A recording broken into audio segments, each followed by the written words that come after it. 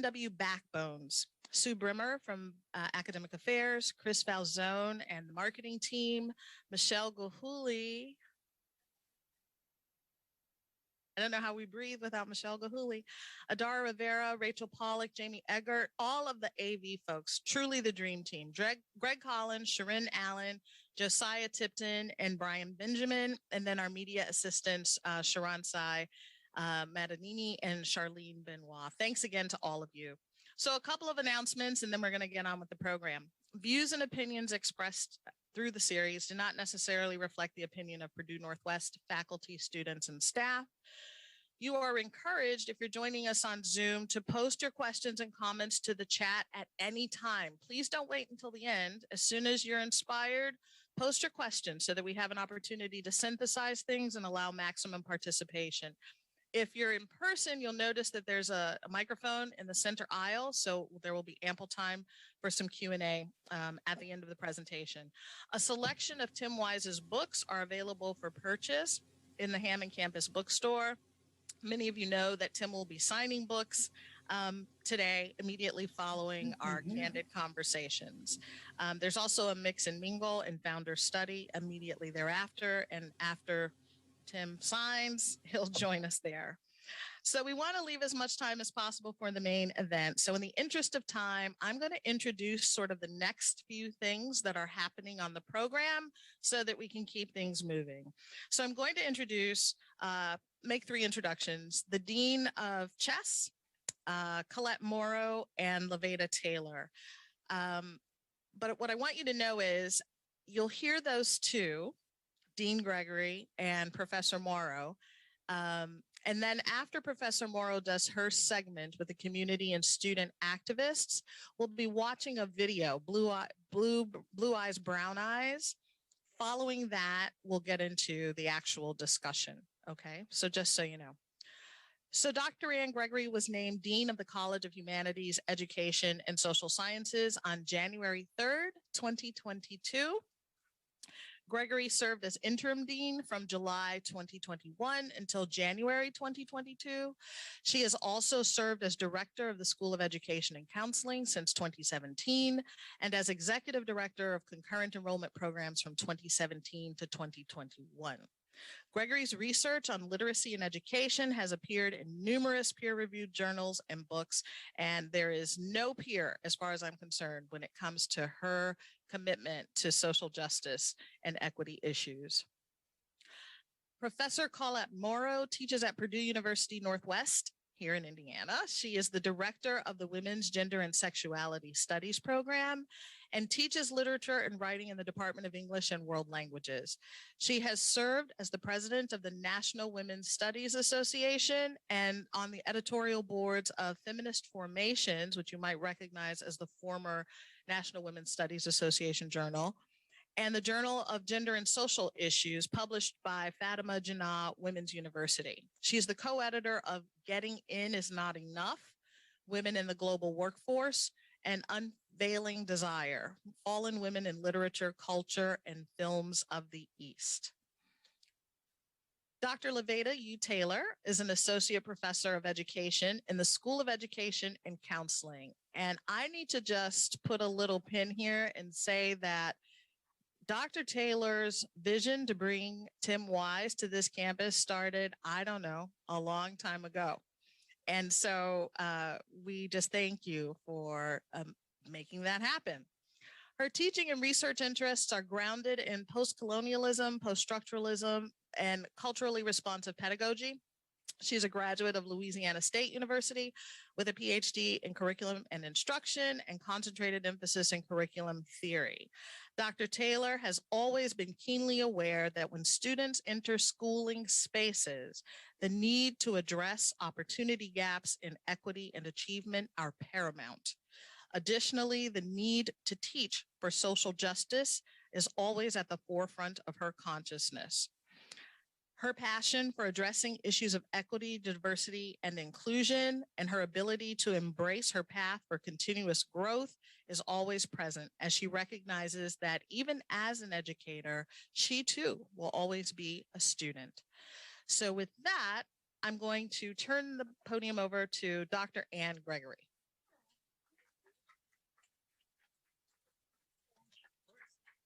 So welcome, welcome, welcome. I'm going to make it sweet because here's the fun thing. I thought in the planning stages of this event that I only had to speak once, and that was yesterday. So I am in work attire, not my dressed up looking like a dean attire.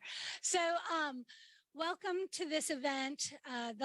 Yesterday was amazing. And one of the things that excited me about yesterday was the start of the conversations or the continuation of some conversations that we were having. And I'm looking forward to hearing more of that today. As I said yesterday, if Tim doesn't make you think, I don't know what's happening. If he doesn't make you really reevaluate and re-examine your space and role in things that perpetuate structural inequities, things that continue to reinforce hegemony. That's one of those $1,000 million words on the SAT or GREs, right? So if that isn't happening, then you and I need to have a longer conversation following this conversation today. I am so excited about these conversations and the work of the faculty and staff members in the College of Humanities, Education, and Social Sciences, as well as across this institution, who are committed to issues of equity, diversity, inclusivity, and belongingness.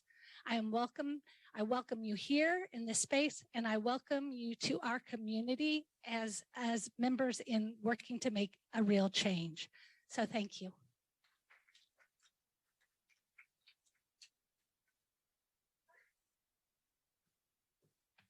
So this is one of those things when you're not really prepared to do another talk.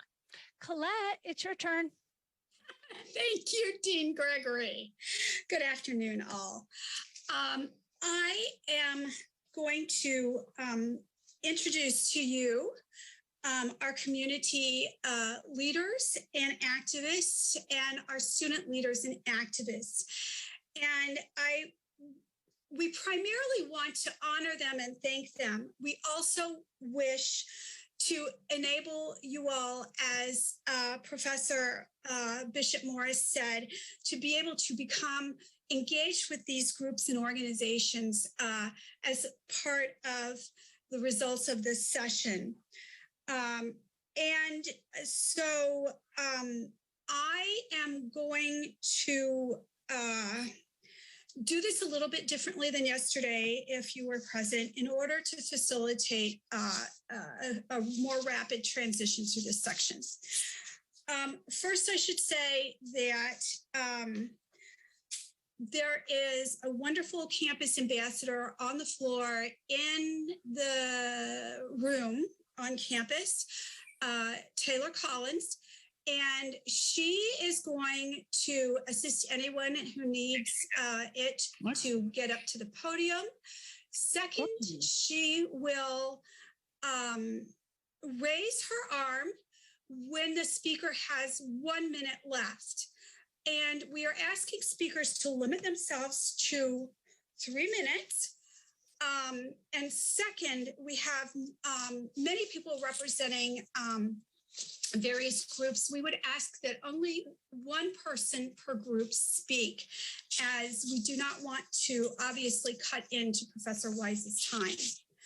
So my own introductions to folks are going to be rather brief, but I'm first going to take a minute to share screen with you so that you can understand the extent of the community we have in the room and online. First, I believe that online we have Cedric Cachetta, a Lowell High School graduate who is Zooming in from West Virginia University. He is the young man who walked the bike path in 2020 in Crown Point during the height of the uprising, and it was lined by heavily armed white supremacists at the time, showing incredible courage. The weather has been out there in West Virginia has been a little tough. Let me give him a minute if he is able to say something to us. All right, Cedric, we will come back to when he's able to join us. A woman who has ceded her time to others is here, an alumni, Guadalupe Ramirez. She is now teaching at Thornton High School, and she is supporting her colleagues and her students with serving on equity committees and sponsoring the Student Leadership Club for Equity. I shall also recognize Mutual Aid of Northwest Indiana. Alex Watkins is not able to be with us, and she is one of the many co-founders, among whom there are others in the room.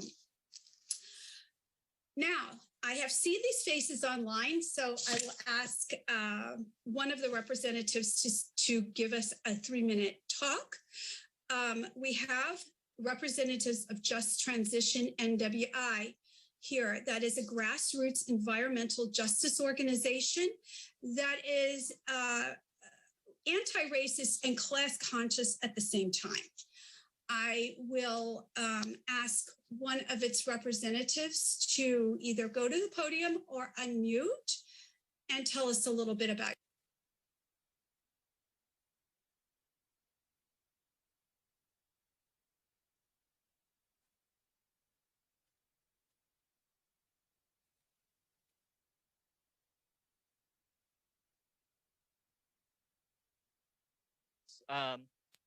Yeah, get my mask off, sorry.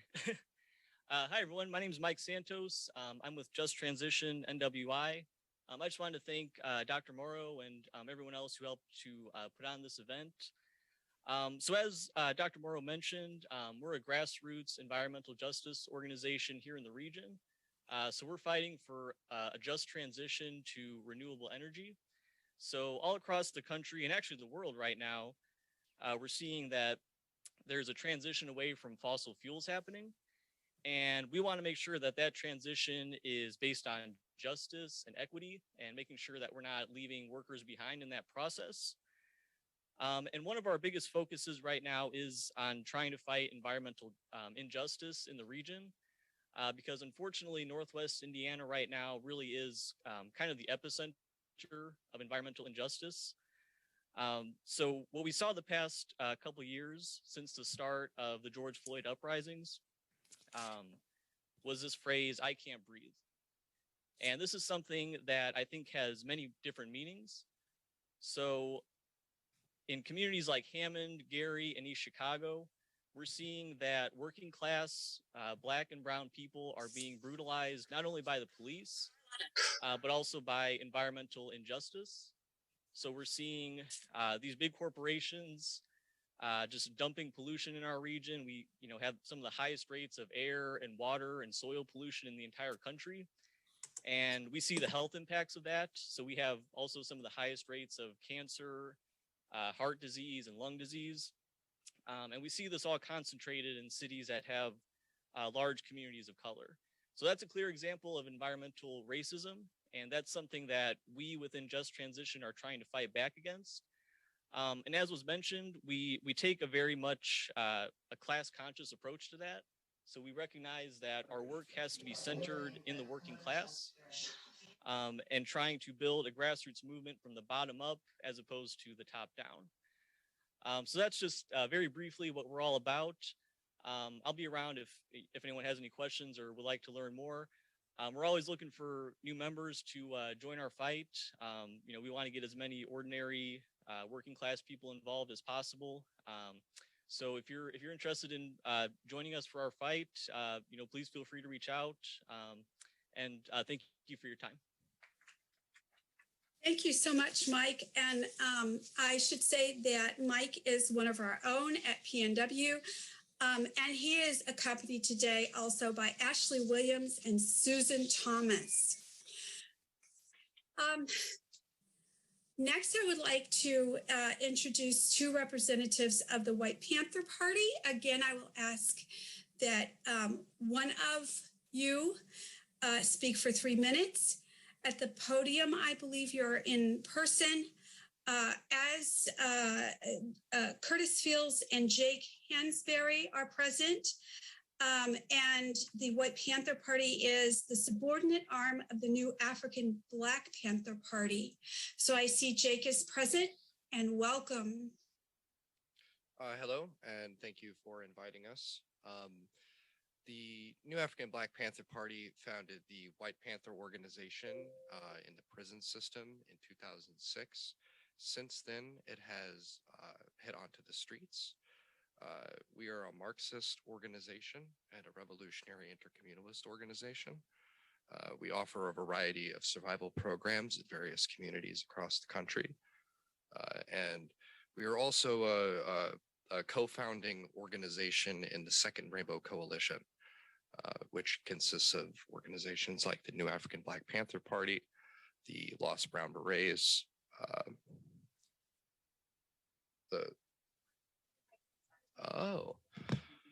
the Lost Brown Berets, there we go, right? The Lost Brown Berets, the New Era Young Lords, the Poor People's Army, the Green Party of New Jersey, among many other organizations.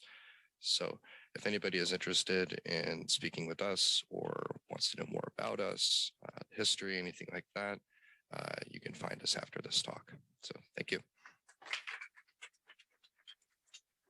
Thank you so much, Jake. And I'd like to mention also that Curtis Fields has written a book about issues about anti-racism, and it is, I believe, available in the room.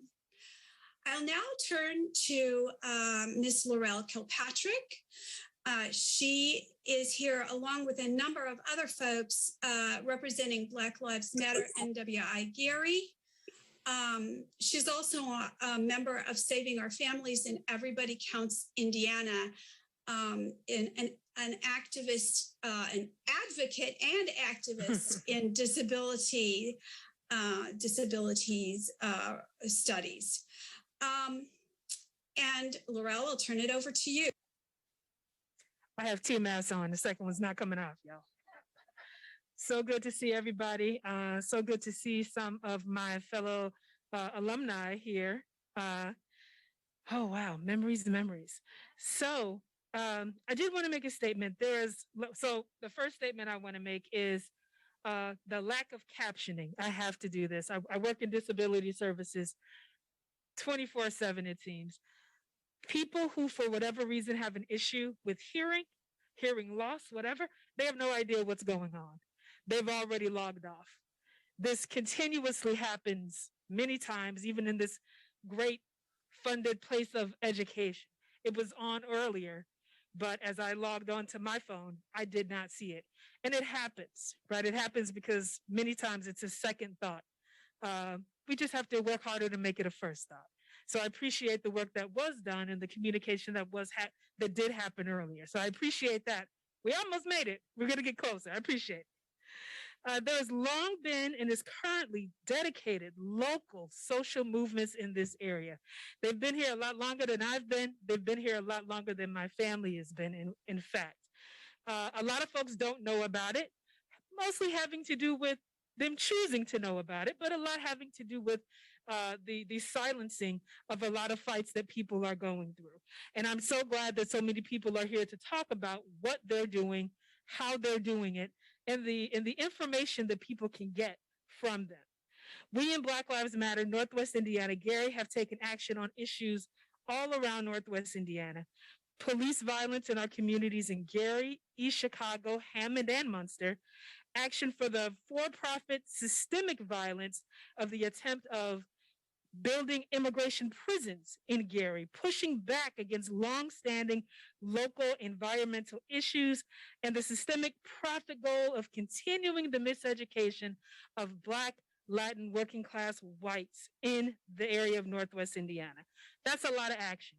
There's a lot of action that folks are going to be talking about today. And so there's a lot of opportunity for people to be involved, for people to get more information.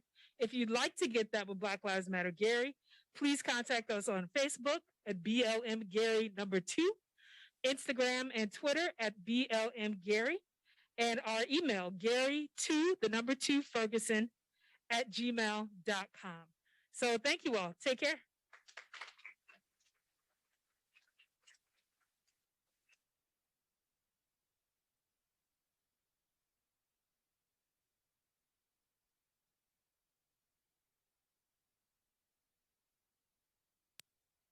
All right, I believe that I had forgotten to unmute. I apologize. I should just say in a note to all, if you wish to have the captions available, please turn them on your Zoom screen by clicking on the live transcript button that is labeled CC at the bottom of the screen. And I have posted that information in the Zoom chat. And I do want to say many apologies. And I know that a lot of people have worked hard today to make the captioning work well. And I want to thank also Laurel for being at every single moment that advocate and leader that she is. We are grateful. Okay, now to continue on, I understand that Ms. Akili Shakur is in the room. Yesterday, she was with us on Zoom, and she's particularly appreciated for, as Laurel and the previous speakers did, for attending both sessions. Akili, can you speak to us for 3 minutes in particular about your work with Saving Our Families and IDOC Watch, Indiana Department of Corrections Watch? Okay, good afternoon. This is like, oh, home week. So good to be here. I am here representing Saving Our Families and IDOC Watch, and they kind of cross paths on several levels in regards to what we do. With Saving Our Families, we work and I'm Black Lives Matter. Let me look at that too. What we really do is that we work within the community and we work with individuals that are military, that are not military. We work with kids that are products of their environments, and they are also wards of the state. We work to help teach those individuals how to be an advocate for themselves. What we do is we work individually, one-on-one. Everybody's situation may be different, but we find out what that is. And when we find that out, we address that issue, and we don't stop until we find a resolution. And so we're always encouraging young people, stand up, learn how to advocate for yourself. We are out here. We're not trying to tell you what to do. We're here to support what you do. IDOC Watch works with individuals who have families that are incarcerated and for those that are incarcerated. I think I said yesterday, if we don't care about the situation of incarceration in this country, we're all doomed to be future victims. Because when people get out and they don't feel like they have anywhere to go, they do what they, are comfortable with. And of course, with Black Lives Matter, we do more than chase the police. I know people think that, but we do a lot more than that. We work within the community with programs that we let the community choose what they want to do, and then we support them. We try and teach people that it's not where you live, it's what you do with where you live. So those three intersectionalities of what it is that I do is what I do full time. And it's so great to see you guys. And I expect for folks to be signing up left and right saying, how can I do something to help change the situations that this world is heading towards? Love y'all.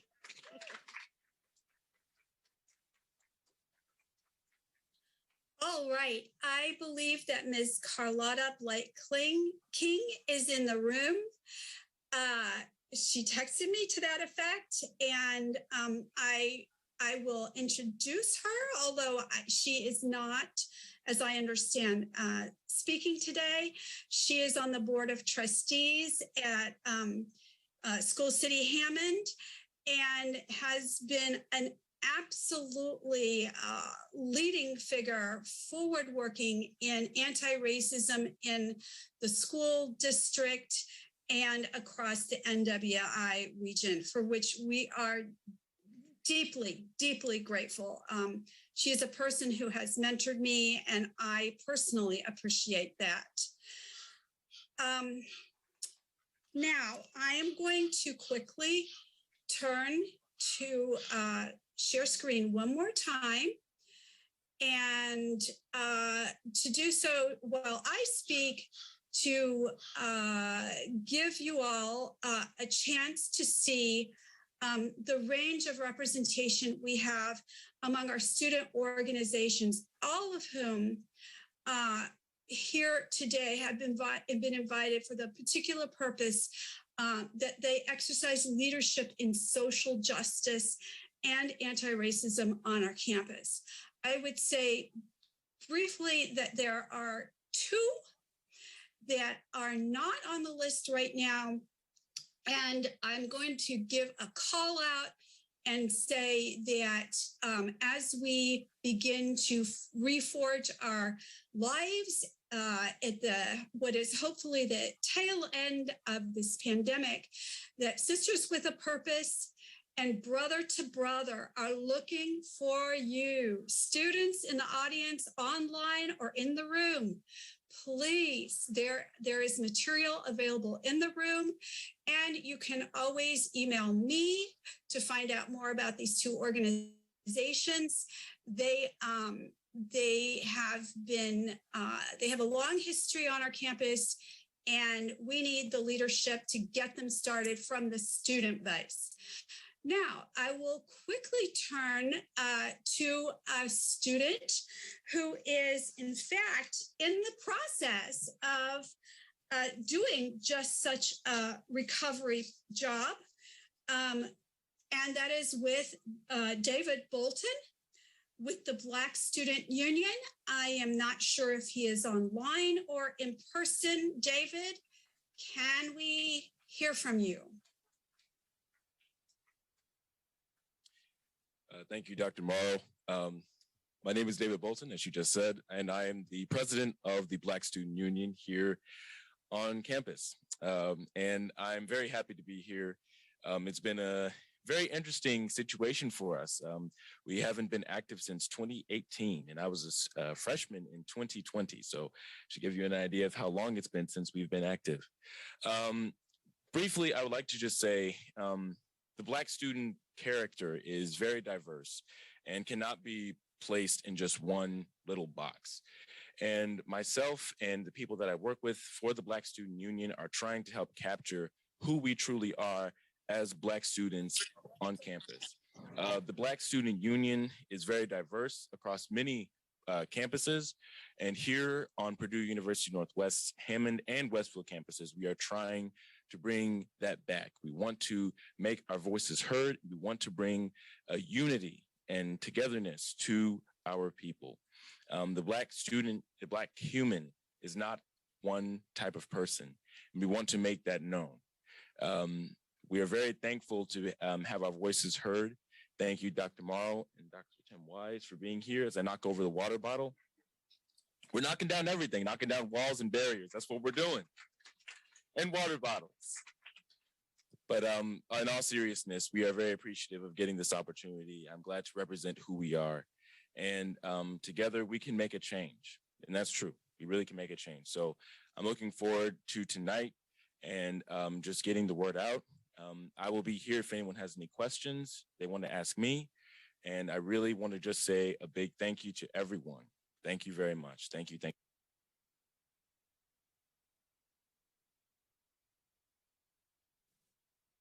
Thank you so much, David, for the awesome work that you are doing. I will now ask Miranda Creed to speak. I believe I saw her on Zoom at the beginning. Miranda, if you wish to unmute, she is representing the PNW Spanish Club, which is a leader in activism on campus. Thank you, Professor Morrow. As you mentioned, my name is Miranda Creed. I am the current president of the Spanish Club, and what we really work to do is to share Latin American culture in a really inclusive way. So to join the Spanish Club, you don't have to know how to speak Spanish. You don't have to be a Latina. We want all people to join.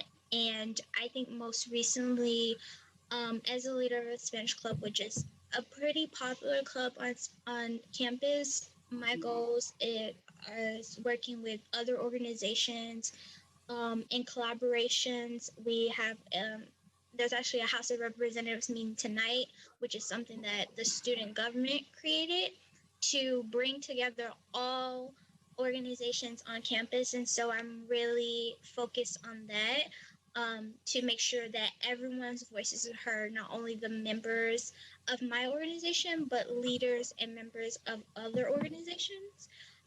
Feel free to contact me if you would like to join. My email is pretty simple. It's my last name and the first.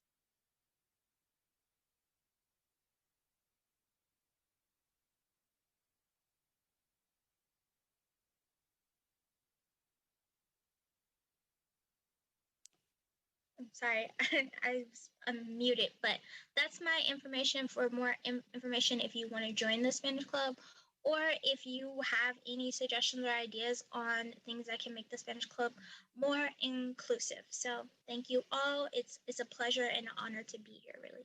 Thank you. Thank you so very much. Next, we have V. Archuleta, representing the LGBTQ plus Alliance, a group that is also restarting due to some great leadership here.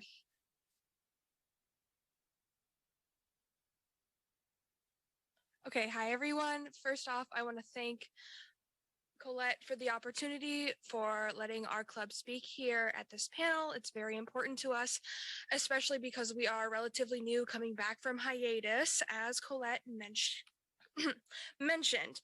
So our organization on campus, our main purpose is to bring awareness to LGBTQ issues within the community and specifically on campus. We look to provide representation and education on topics pertaining to the queer community.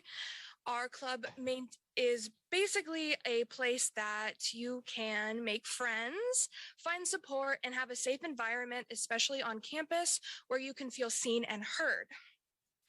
So our meetings are usually on Tuesdays at 6 p.m. through Zoom because, you know, COVID, we're in the middle of an epidemic. It's kind of a little bit risky right now. And what we usually do is we have two types of meetings. One meeting is a more of a open environment to discuss personal issues or struggles that you're going through, or anything relating to just fun topics. Like sometimes we talk about what favorite book we're reading right now. On the flip side, we do have meetings specifically catered to educational material within topics of the LGBTQ community. And I also have the absolute pleasure to be able to announce that now on Purdue Northwest's Brightspace and My Purdue, you are able to change from your dead name to your preferred name. So that is a huge step forward because being, I would say, introduced and being addressed by your dead name is very uncomfortable for people within the queer community who no longer identify with their original name given at birth. So now we have the opportunity to change it through my PNW and Brightspace. Thank you so much. Thank you, V. I appreciate it. Who's that? And I am just going to ask our final three students to come up to the podium. Vivian Diaz, Women in Business, who this is the group that has been working on the period poverty issues very hard.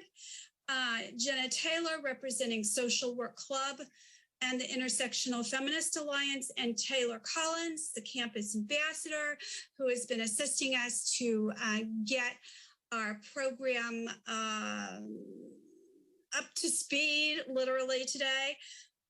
If you all are in the room, please come to the podium and give us a quick shout out so we can see your faces. I know there's material in the room to distribute if folks are interested in those clubs.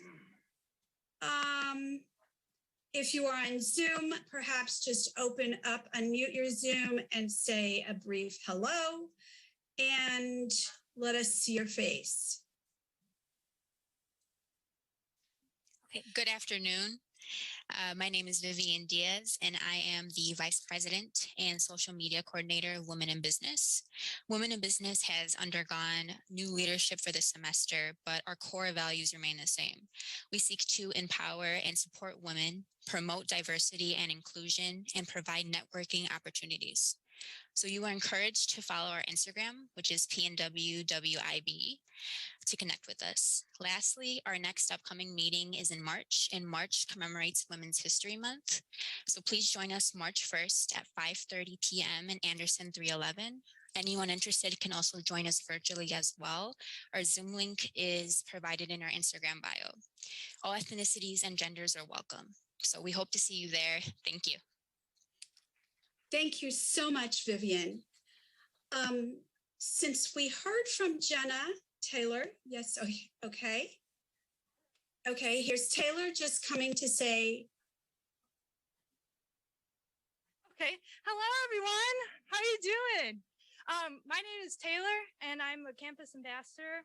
And if you guys want to keep update with campus ambassadors, we have a TikTok called PNW_ambassadors.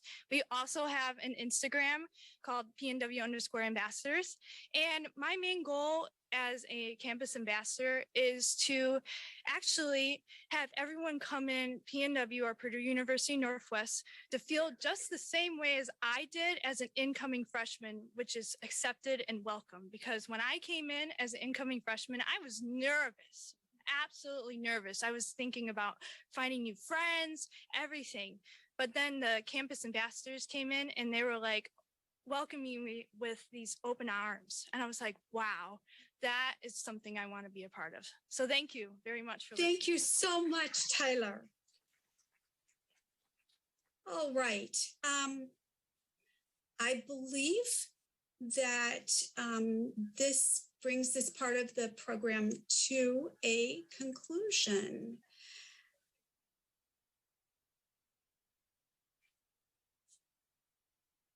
Thank you so much for your attention, and we will turn the mic back over to Karen.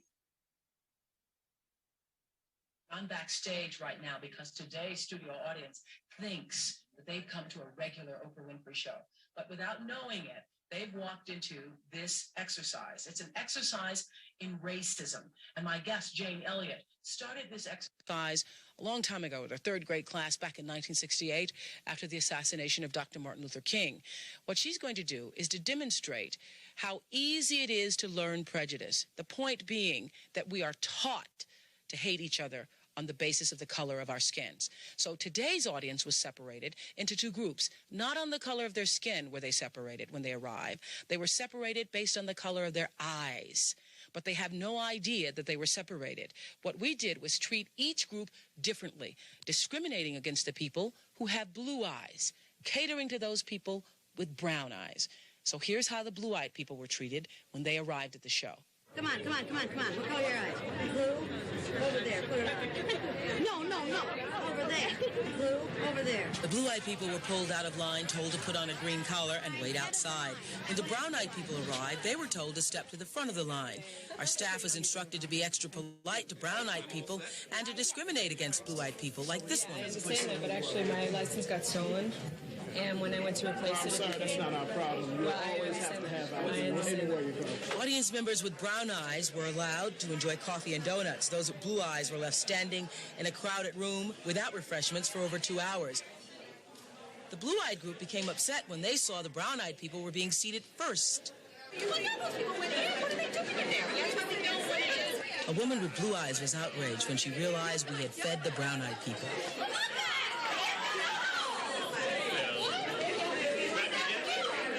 After 2 hours of being discriminated against, the blue-eyed group began to revolt.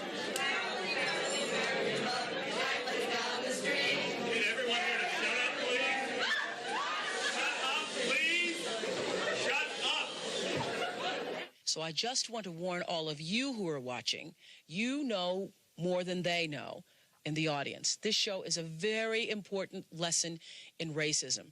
It may make you angry, but no matter how angry you get, I encourage you to please don't turn the channel, because the purpose will be revealed before the show is over. The idea is to see how easy it is to be taught to hate. What color eyes do you have? It really doesn't matter, just as it doesn't matter what color skin you have. But I want you to watch as my guest convinces this audience that blue-eyed people are not as smart as brown-eyed people, just as a lot of Americans have been convinced that people of color are not as smart. So, my guest today is an Iowa school teacher, and for 20 years, and through her research and experience in the classroom, she's discovered some shocking news. She says that the news is that blue-eyed people have an inability to achieve, and brown-eyed people have higher intelligence. Welcome, Jane Elliott. Jane.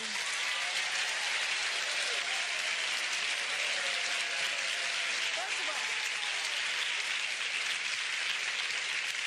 all, and you came to that conclusion how? I've been a teacher for 25 years in the public, private, and parochial schools in this country, and I have seen what brown-eyed people have done as compared to what blue-eyed people do. And it's perfectly obvious. And if I didn't believe it before this morning, you should have been here this morning when we brought these people in here. No way, no way, no way. Blue eyes? Blue eyes. Why do you say no way? No way. We were very tolerant. Everyone was so kind and courteous down there. We shared gum, candy. It was really nice. We got to have friends. She was rude. What? She was rude to us, rude. all of us. Yelled at us, called us names, pushed us aside. She was rude. She was rude? We acted was a result of what she acted with us first. Let's talk about that She statement. told me to shut my mouth when I was in line. She said, close your mouth, shut up, you are rude. Go ahead, Jane. Go ahead, Jane. I did for that. What'd you say? What? I said, I was waiting for friends and had friends come, and she goes, I don't care. Okay, what? She said, put that green collar on or you're out of here. What, Jane said what to you? She told us, you put that green collar on or you're out of here. So why are you all wearing collars? Do you? We wanted to be on the show. Wait a minute. Come down here. You're wearing a green collar and you don't know why? Why? Oprah, we came this morning with high expectations. And this lady came out in the line with all of us people that had light-colored eyes and said, you put this green collar on now and keep it on. And if you don't, hit the road. And we said, but why? And we were told to shut up and be still and get out of the way. What? Intelligence. You people, look, it is... People, I had a girlfriend in school who was blue-eyed. She was so stupid. She was always copying off of my papers. These people were so rude and so noisy today, we couldn't hear ourselves even talk. It was ridiculous. Wait a minute. There are an awful lot of rude, brown-eyed staff of Oprah's out there yelling at us and telling us to shut up. We were singing. They told us to stop singing. We were just trying to have a... My staff? Your staff. Yes, Oprah, your staff. What do you say, Jane? I say all you have to do is look at the way they're behaving now. What are these people so angry about? They have been... What? Now, what? Oprah... We were treated very poorly, not just with regard to her behavior, but as we came inside, the brown-eyed people were taken upstairs, given donuts, given numbers. But how do you know that? How do you know? Were y'all given donuts? Okay. Because they ate them in front of us as they came down. They ate them in front. You all ate the donuts in front of those. Let Jane speak. What? This was on your bathroom doors, okay? Where we were, okay? And why do you have it? It says no blue eyes allowed. Yes. And why does she have it? What? Is she assigned the duty of taking the signs off the restroom doors? Now, you can only... Okay, let Jane speak. Let Jane speak. You can Go only ahead, Jane. judge these people by their behaviors. There's obviously a poverty of values in this blue-eyed group if ever I saw one. Number one, they are rude. They are belligerent. They are angry at a little bit of discomfort. If you don't like it here, why don't you go back where you came from? Now... And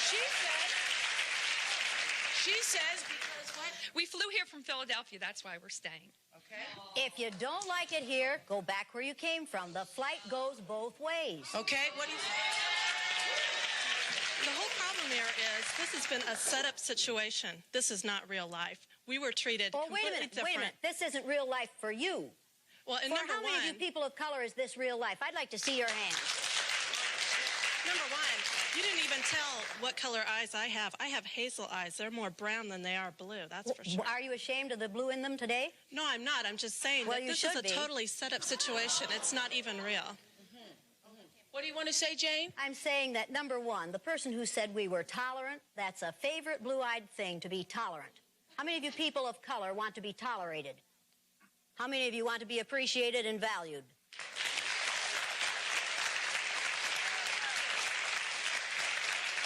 Why are you sitting on the floor? Why are you on the floor here? I was told to sit here. He was told to sit We don't there. have a chair for him, Sally? We don't have a chair? No, Okay. no. Anyway, go ahead, Jane. He Go was ahead. told to sit there because these people multiply like flies. Okay, what color are your eyes, Jane? My eyes are blue, and that's the reason I know what you people are like.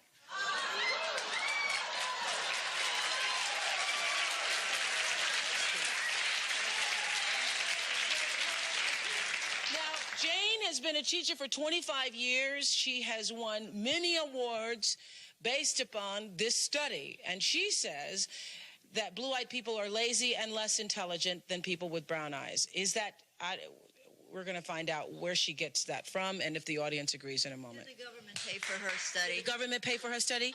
Did the government pay for your study? No. Too bad they paid for other studies. Okay, we'll be back in a moment. Remember, this audience doesn't know that they're a part of an exercise on racism. My guest has told them that blue-eyed people are not as smart as brown-eyed people. And amazingly, as you're seeing, some of the people have started to believe her. But we all know that eye color has nothing to do with intelligence, just as skin color does not make a group of people superior or inferior.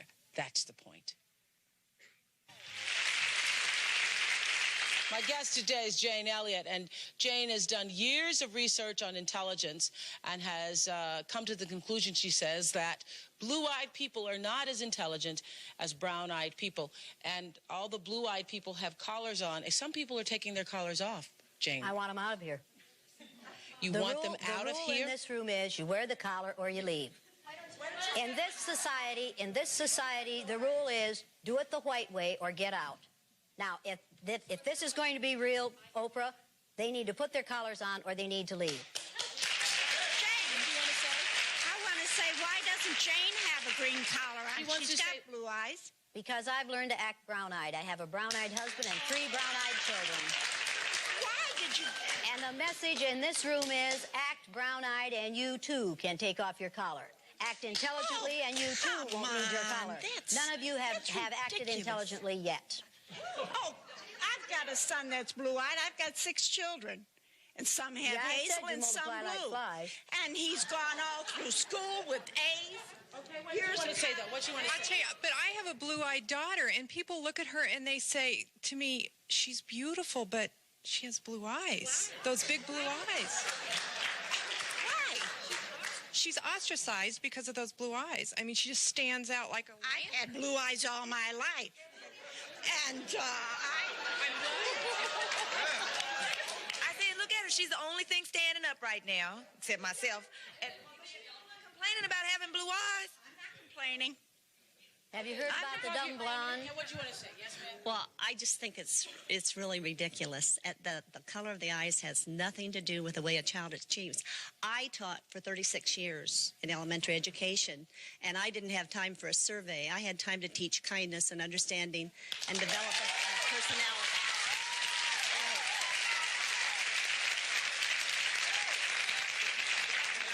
Lady a question. She said, eye color doesn't make a difference. Does that mean that you will let me date your daughter because I have brown eyes? Yes. You, young lady, are an exception to the rule. But color has nothing to do with it. The treatment does and the attitude does. but color has nothing to do You're with an exception love. to the rule. Everyone does not have the exact same attitude that you have. But in America, we are the melting pot of the world. And we should be able to be tolerant. What and do you you should mean by dislike me melting pot? because I'm Should white, and I be should able. Do you dislike you mean by because of your melting color. pot? Now, wait a minute, people. What do you mean by melting pot? That we put everybody together and mix them all up and they all come out the same so the white folks feel comfortable with them, so the blue-eyed folks feel comfortable with them? We don't need a melting pot in this country, folks. We need a salad bowl. In a salad bowl, you put in the different things.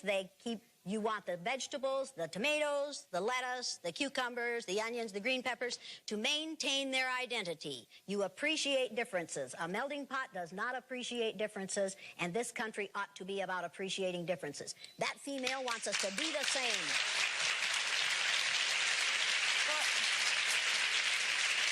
So, what do you base the fact that blue-eyed people are less intelligent or lazy? They haven't been on the earth as long as brown-eyed people have, and that's a fact. Yeah. The first scientists at the University of Southern California traced the DNA molecule back. Now, look at this boy. He wants to talk. Is he being a good listener? No. These people know the listening skills? No. And if they know the listening skills, why aren't they practicing them? As I was saying, we can see where this is going. University of Southern California, sit down and listen.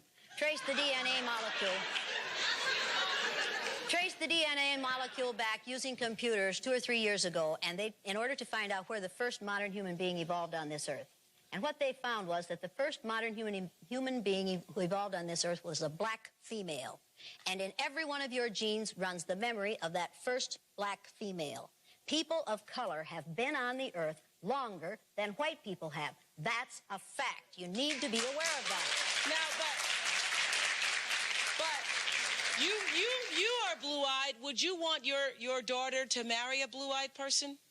I'd be very careful of the one I chose. Why?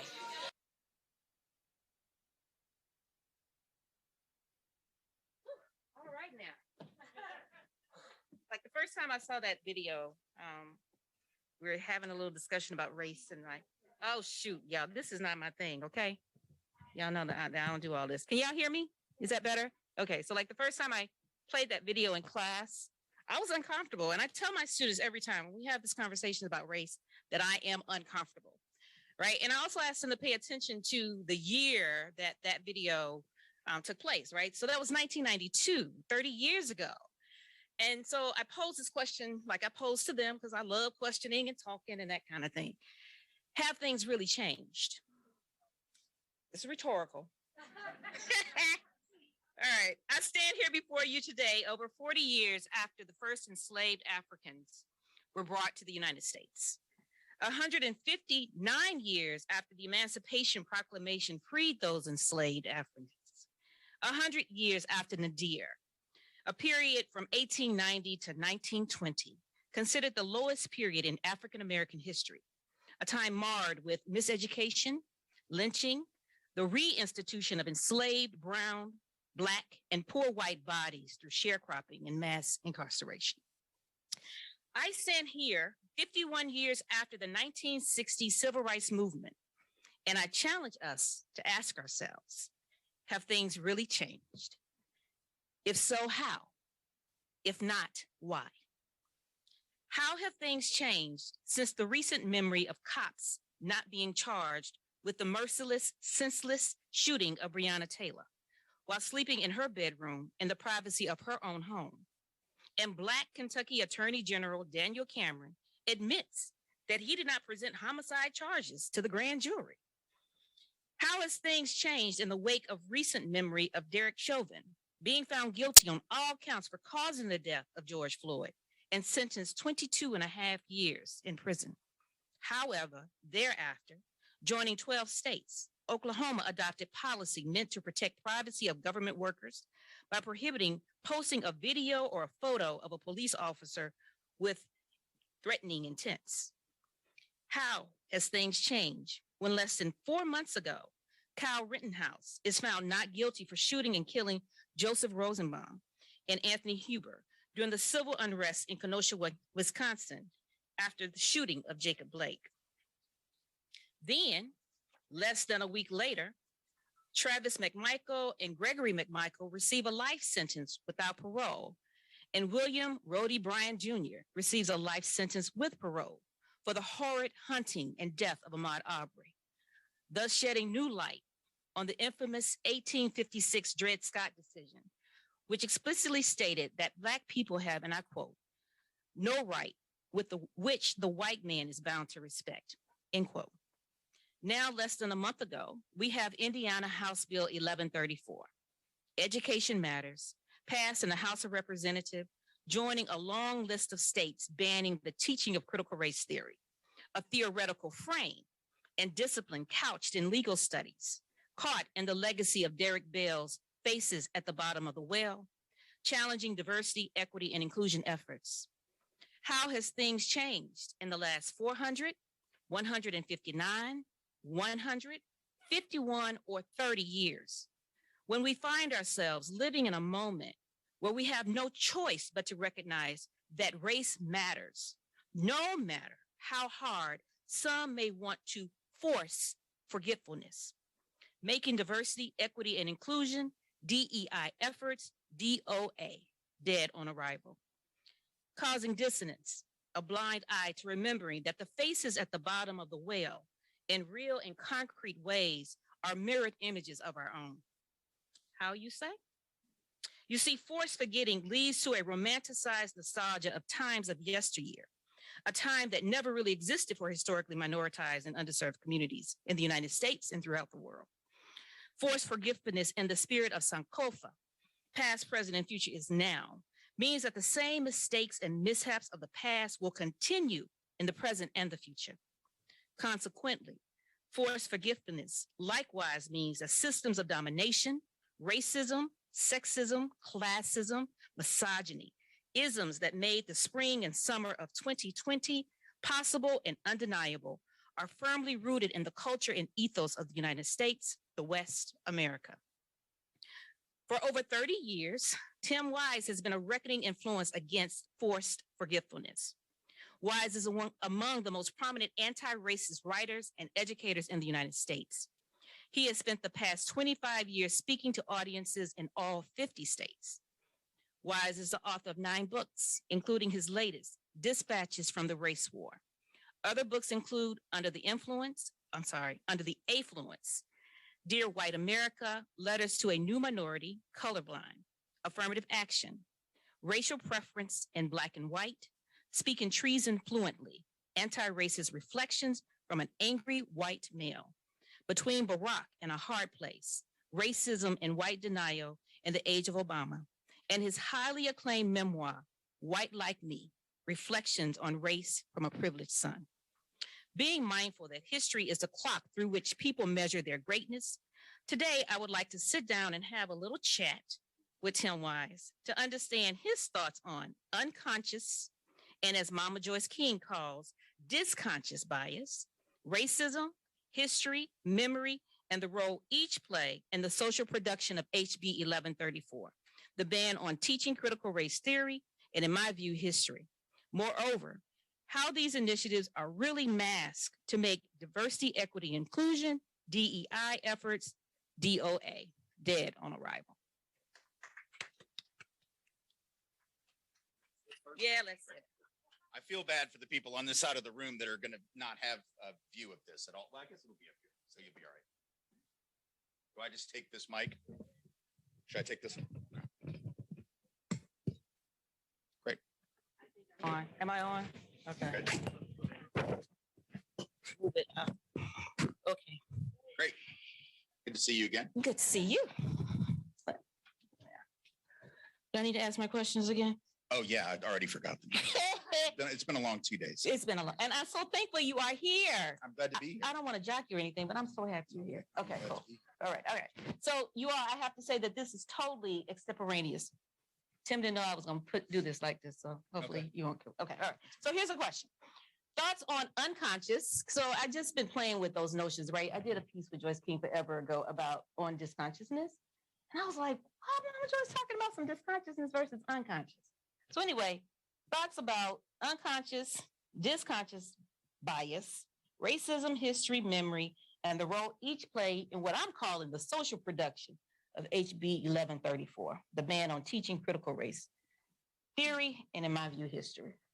So there's a lot to unpack there. I think for me, and I'll talk a little bit more about this in my formal remarks, but I think we want to understand the current legislative climate, the pushback against real history, the pushback against anti-racist curriculum, the pushback against even DEI, which, 2-3 years ago, we would have told you was a very safe, warm, and fuzzy kind of way to talk about racism, right? Like those are the words you use when you don't want to say racism, right? But even that's under attack now. We have to understand the context of that, right? Yes, there is some of that is about bias, overt bias, and subtle subconscious, disconscious, unconscious bias. Some of that is about a political motivation to try to discredit whatever public schools in particular are doing and really discredit public education more broadly. It's just one more way to do that, right? But let's also understand the context of the moment that we're in, right? Critical race theory, for instance, which obviously is not being taught to third graders, and it's not being taught to their teachers either. I mean, it's obviously not. But not that it shouldn't be, by the way. And let me say this, there is a way to teach critical race theory concepts to children. I started doing it with my kids when they were watching Disney films. So it's not complicated. It can be done, as can the mute all button, I think, on the Zoom. I mean, we've only had 2.5 years to figure this out. Surely to God, we can mute everybody so they can't Zoom bomb. So I think that if critical race theory has been around for 40 plus years, and no one said a peep, right? I mean, no one was sweating Derek Bell before, after he died, other than I think Andrew Breitbart did for a minute because Obama knew him and took a class with him. And so it was like, oh, there's Barack Obama with Derek Bell. The world is coming to an end. And by the way, he's from Kenya or whatever, right? Like, so, but nobody said anything. Social emotional learning, another concept that is under attack by the right. That's been around for years, for decades, and it is central to meeting the needs of all children and trying to promote equity in education. It's under attack. I was at a conference today in Indianapolis of educators around the state of Indiana doing excellent work on social emotional learning. And the fact that I was the keynote speaker, the state, I mean, they pulled money. They yanked like 50 grand out of that conference, but the people, good for them at that conference, were like, we got work to do. We're going to find the money elsewhere that y'all took out. Not that I was getting 50 grand, by the way. That was their contribution to the conference. And they said, we're not going to support it if you have that guy. And they're like, well, that's fine. We'll just go on about our business. So there are some good people in this state pushing back on this, but ask yourself, why now? As opposed to 20 years ago, as opposed to 10 or 15, 30 years ago, because the unconscious or conscious bias isn't worse now than then. The political motivation isn't different now than then. But you know what? The timing is important. When did this start? It started when the uprising started. It started after the uprising in the wake of the murder of George Floyd, because these people saw tens of millions of people go into the streets, many of them for the first time, including their white children. Right? They're white children and grandchildren that were out protesting shoulder to shoulder with black folks. And that scared the hell out of some of them, right? Because as long as it's black folks screaming and yelling, they'll ignore it. That's right. Or they'll just try to run folks over. We know that too, right? But they can put up with a little bit of that. But boy, you start having white folks join in with that. You have white people getting out there and actually doing some of that work. Then all of a sudden these people start thinking, hold on a minute, we got to shut this down. We got corporations that started wanting to do DEI work that had never done it before. And look, I'm very cynical about the level of that work and the real commitment, but just the fact that those words were the words of systemic racism and white privilege and systemic injustice were starting to penetrate these spaces that they had never penetrated before, had some people shook. And I think there is, Carol Anderson talks about it in her book, White Rage, that every step forward on the road to Black liberation has been met with a concomitant backlash on the part of white folks going back to Reconstruction. So even though the uprising has not brought about fundamental structural change, it was narrative change, right? All of a sudden, these words and concepts were penetrating the consciousness of young people. And I think for a lot of folks, that is incredibly scary, because they don't want you to know that there's an alternative way to live in this skin that I'm wearing, right? They don't want you to know that there's an alternative way there's a different tradition of so-called white people joining in solidarity with Black and brown folks whose names have largely lost history, right? And so I think that's the key fact is we got to understand the timing is intensely political and ideological, and it is an attempt to maintain power by the people who've always had it. Ooh, okay, I don't have a follow-up for that one. Okay. And actually you addressed the second question, which is moreover, which I believe these initiatives really mass to make diversity and equity and inclusion efforts dead on arrival. How, can you peel back that onion for us a little bit? I think there are two ways that the backlash tactics do that, right? One is they simply want to intimidate institutions from even doing DEI. Right. At any real significant level. So if you can intimidate, that's what the school thing is, right? I mean, clearly the attack on CRT or the attack on anti-racist education or any kind of diversity or equity initiatives in schools is about intimidation. It is about saying, if you do this, we're going to give citizens a cause of action in court. They can literally sue you for making their kid uncomfortable. And I'm gonna tell you what, if those things actually pass and withhold court challenge, I want every Black parent in the state of Indiana to sue every school their children go to for making them uncomfortable every damn day. Amen. That needs to happen every day. File a lawsuit every day until they realize, oh, you mean Black folks can sue too? Oh, we didn't mean that. We meant little Susie Suburbs mama. That's what we meant, was that she could sue because somebody told her that white people used to own Black people, and we didn't want her to know that. Somebody made her read a book about Bull Connor in 1963, and now she doesn't like cops, and we don't want her to feel bad about Bull Connor and hosing down Black children. So take advantage of these laws. If they're going to be there, Black and brown folks got a lot more reasons to be uncomfortable with what gets done in schools than white folks do. So use that lever until they realize maybe this wasn't such a good idea. The other way they try to do it, other than intimidation, is making sure that whatever efforts do happen will be watered down. Right. So, yeah, you can talk about things, but you have to really not talk about anything remotely controversial or with any kind of political implication. You have to present both sides. I'm not sure what both sides of racism are other than racism and anti-racism. Right. So like if you're saying, like, if I'm from the South, I don't know if y'all can tell, but I'm from Nashville. I mean, the balanced way to talk about the Civil War is to present the Confederate side. Right. Well, to hell with that. That side is not only rooted in white supremacy, it's rooted in falsehood. But there are people that want to actually say that the schools where I'm from need to balance out the Union view with the view of the traitors that went to war to maintain enslavement and white supremacy, because that's what they said they were doing. I know that my people lie about it now. Like, we like to say it wasn't about that. We say it was about states' rights in the abstract, like somehow Georgia was fighting with Massachusetts over the proper recipe to smoke a pork butt, or that they were fighting over the right way to make a mint julep. They weren't. They were arguing about whether or not you could own people. And yet there are Southerners who don't want that talk, because that's going to make my child feel bad because her great-great-great-grandpappy Beauregard was a slave owner. Well, I'm sorry, great-great-grandpappy Beauregard was a horrible wretch of a human being. And I think it's probably important for his great-great-great-granddaughter to know it. And if you're not going to tell them, school's going to have to do that, because that's truth. You shouldn't be honoring evil, and you shouldn't be trying to balance out evil with, arguments in favor of it. And so I think that they're trying to make us so intimidated that we either won't do it or we'll water it down and make it largely meaningless, not just in schools, but in workplaces. Right. Yeah, you can go to the HBCU job fair and set up a table and try to recruit people that way. But if you actually try to reorient your qualification standards, you're lowering quality, So if you're a college and you're going to go test optional, are you trying to lower quality so you get more Black people? No, we're getting rid of these tests because they aren't legitimate tests.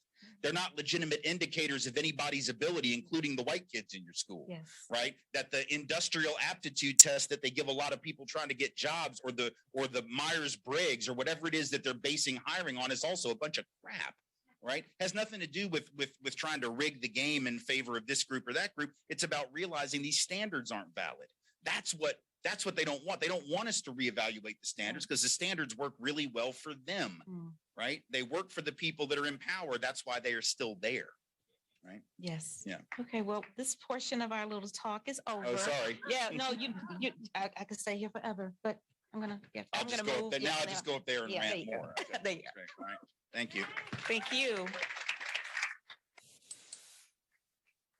Thank you. So that concludes my presentation. I've now said everything. I've said everything I intended to say.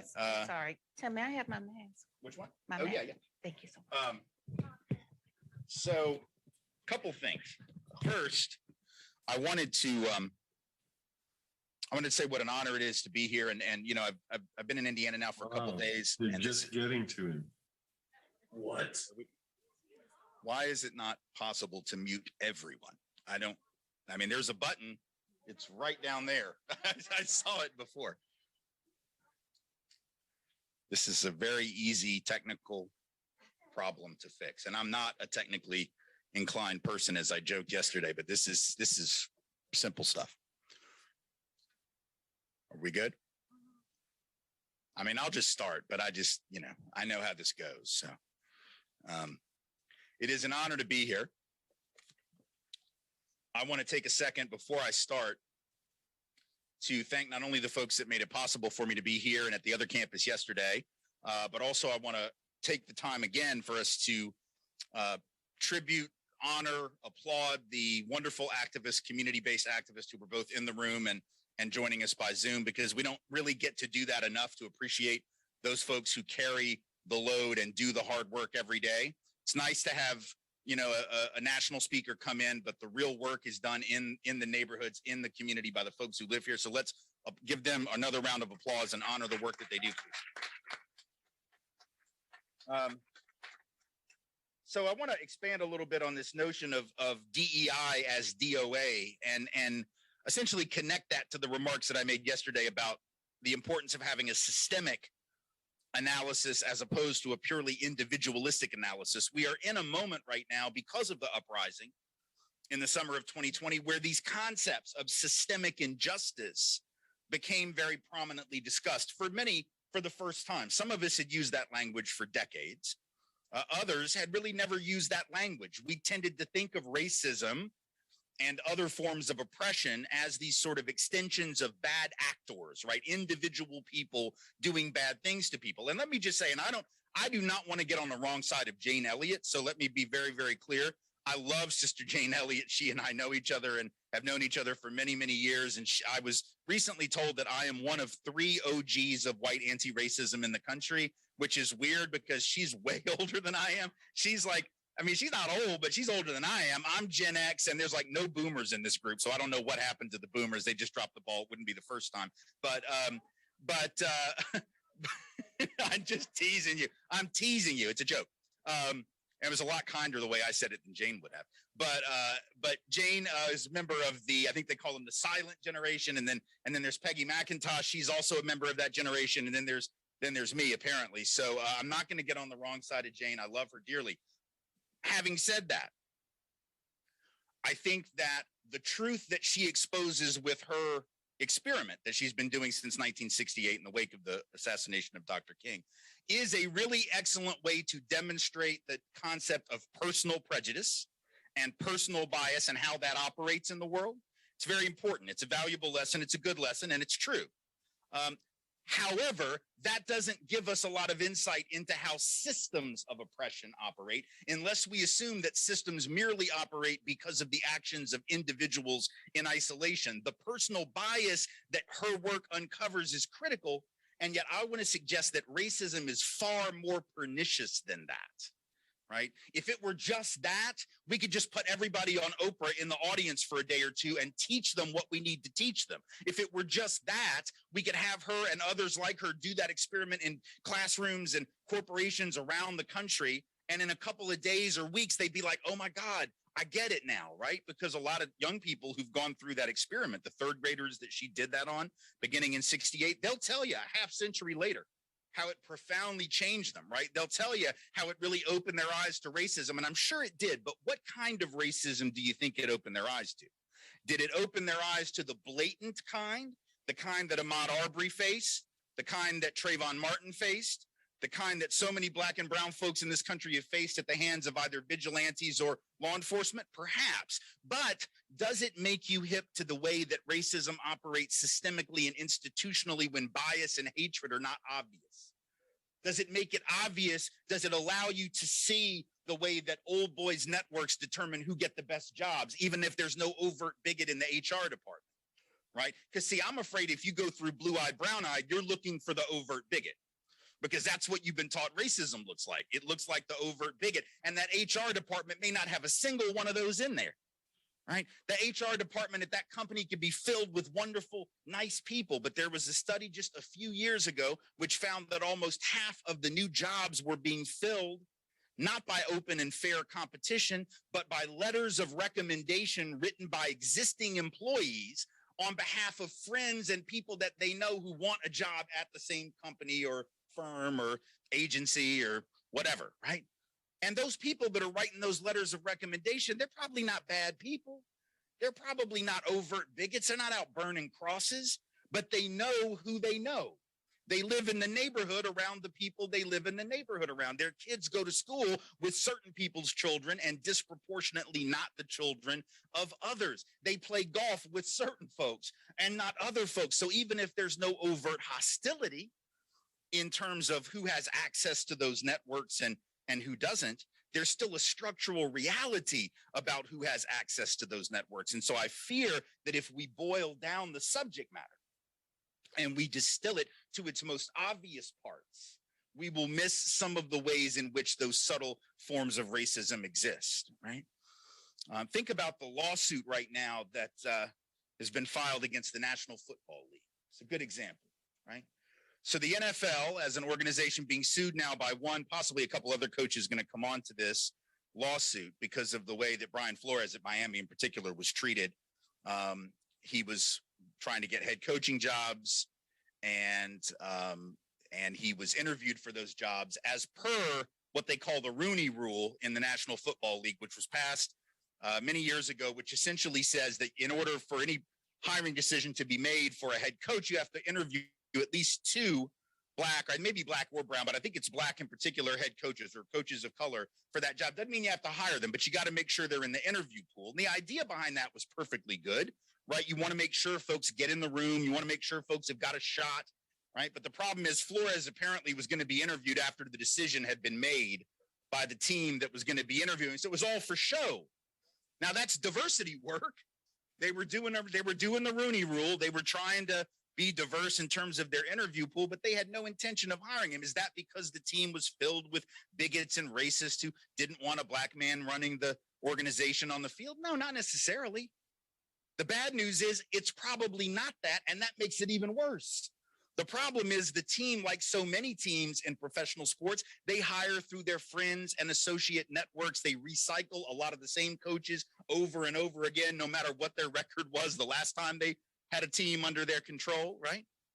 And so as a result of that, you have networks that maintain exclusion, even though there might not be a single bigot in the room. I was actually involved in a lawsuit as an expert consultant and witness 30 years ago against the National Football League and the World League of American Football, which most of y'all not going to remember this thing, A, because many of you are too young, and B, it lasted like a minute, right? So you didn't miss much.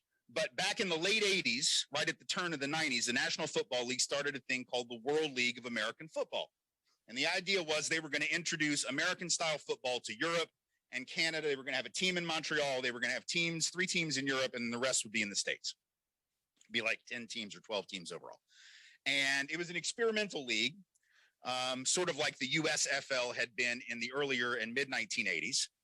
And they did not hire any black coaches for any of those teams. And I happened to work for a black coach from Connecticut who had won 2 semi-pro national championships, which I didn't know semi-pro ball was a thing. Apparently it's a thing in the Northeast. I'm from the South where it's just like Friday night high school, Saturday tailgating college, and Sunday pro. But apparently in the Northeast, semi-pro is sort of a big deal. He had won 2 semi-pro national championships. He'd been manager and GM of the year. He had letters of recommendation from all these incredible both coaches and athletes at the professional level, including some Hall of Fame football players. And yet he didn't even get an interview, and they didn't hire any other black coaches either, even though there were several who were available and several who expressed interest. And so the guy I was working for sued. And when we were in the depositions trying to find out what had happened, it's very interesting what the league representatives, who were both World League and NFL reps, said in defense of their decision not to hire my client. They said, well, we were looking for very specific qualifications and he just didn't have them. I said, well, what were those qualifications that you were looking for? I happen to think there was deliberate bias. I think we could have proved it, It's hard to prove in court, but I thought it was pretty apparent. But in any event, even without the overt bias, they said something very interesting. They said, well, we wanted to make sure that whoever was going to be a head coach in the World League had either already been a head coach at a professional level or an offensive or defensive coordinator at the professional level, or they had to have been a head coach in college ball, Division I, top 50 programs in the country. So that was their criteria. That's what they determined made you qualified. Head coach in the pros, a offensive or defensive coordinator in the pros, or a head coach in a D1 college program, top 50 programs. Guess how many black people had ever had those positions at that point? Art Shell had been a head coach, first black head coach in the modern era. He'd been a head coach for like a year in the NFL at that point. So he obviously wasn't going to jump ship to go get a job with an experimental league, right? Dennis Green, who ended up going to the Vikings, but at that time he was at Stanford. That was the only college coach who was D1 in the top 50. And it was obvious he was getting ready to get plucked to go to the NFL. He was on everybody's short list. So he wasn't going to jump to an experimental league, and the league damn well knew it, right? Tony Dungy wasn't a head coach yet, right? And so they didn't hire anyone. And our argument was, if you have a criteria that excludes virtually every black person, or whatever group, like it could be a different corporate setting, it could exclude virtually every woman or virtually every Latino or virtually every indigenous person or whatever the case might be. If your criteria is facially race neutral, but it obviously has a foreseeable racial impact, that may or may not be illegal. The courts have made it very hard to win a claim like that. But philosophically, can we not agree there's a problem there?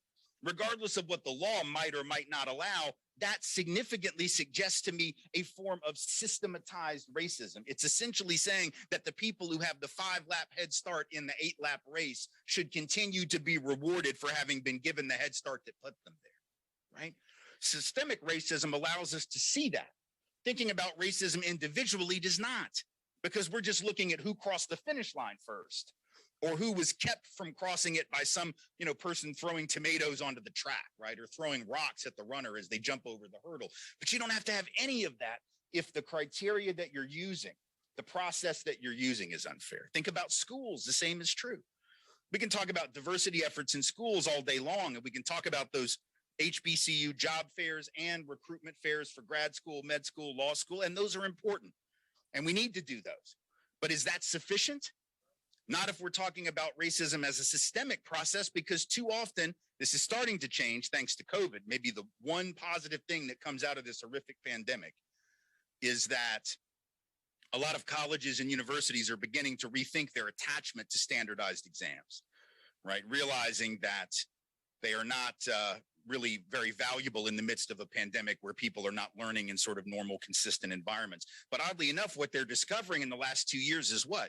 As they've gone test optional, oddly, their freshman class has not diminished in quality, right? So the idea that we needed these tests to pick the best students and that we therefore needed to just ignore the fact that they have such racial disparity and class disparity. Well, of course they do, because when you take standardized tests and give them to unstandardized children from unstandardized backgrounds living in unstandardized neighborhoods with unstandardized resources, unstandardized teacher training, and then call that fairness, you have done injustice. Right. And now schools are starting to realize it didn't even pick the best quality students anyway. But do you see what happened for all those decades that schools relied so heavily on that? It continued to reward the people with the 5-lap head start. Do I think that the typical college admissions office is teeming with bigots? No. I think most of the folks in the admissions offices are really great people trying to do the right thing.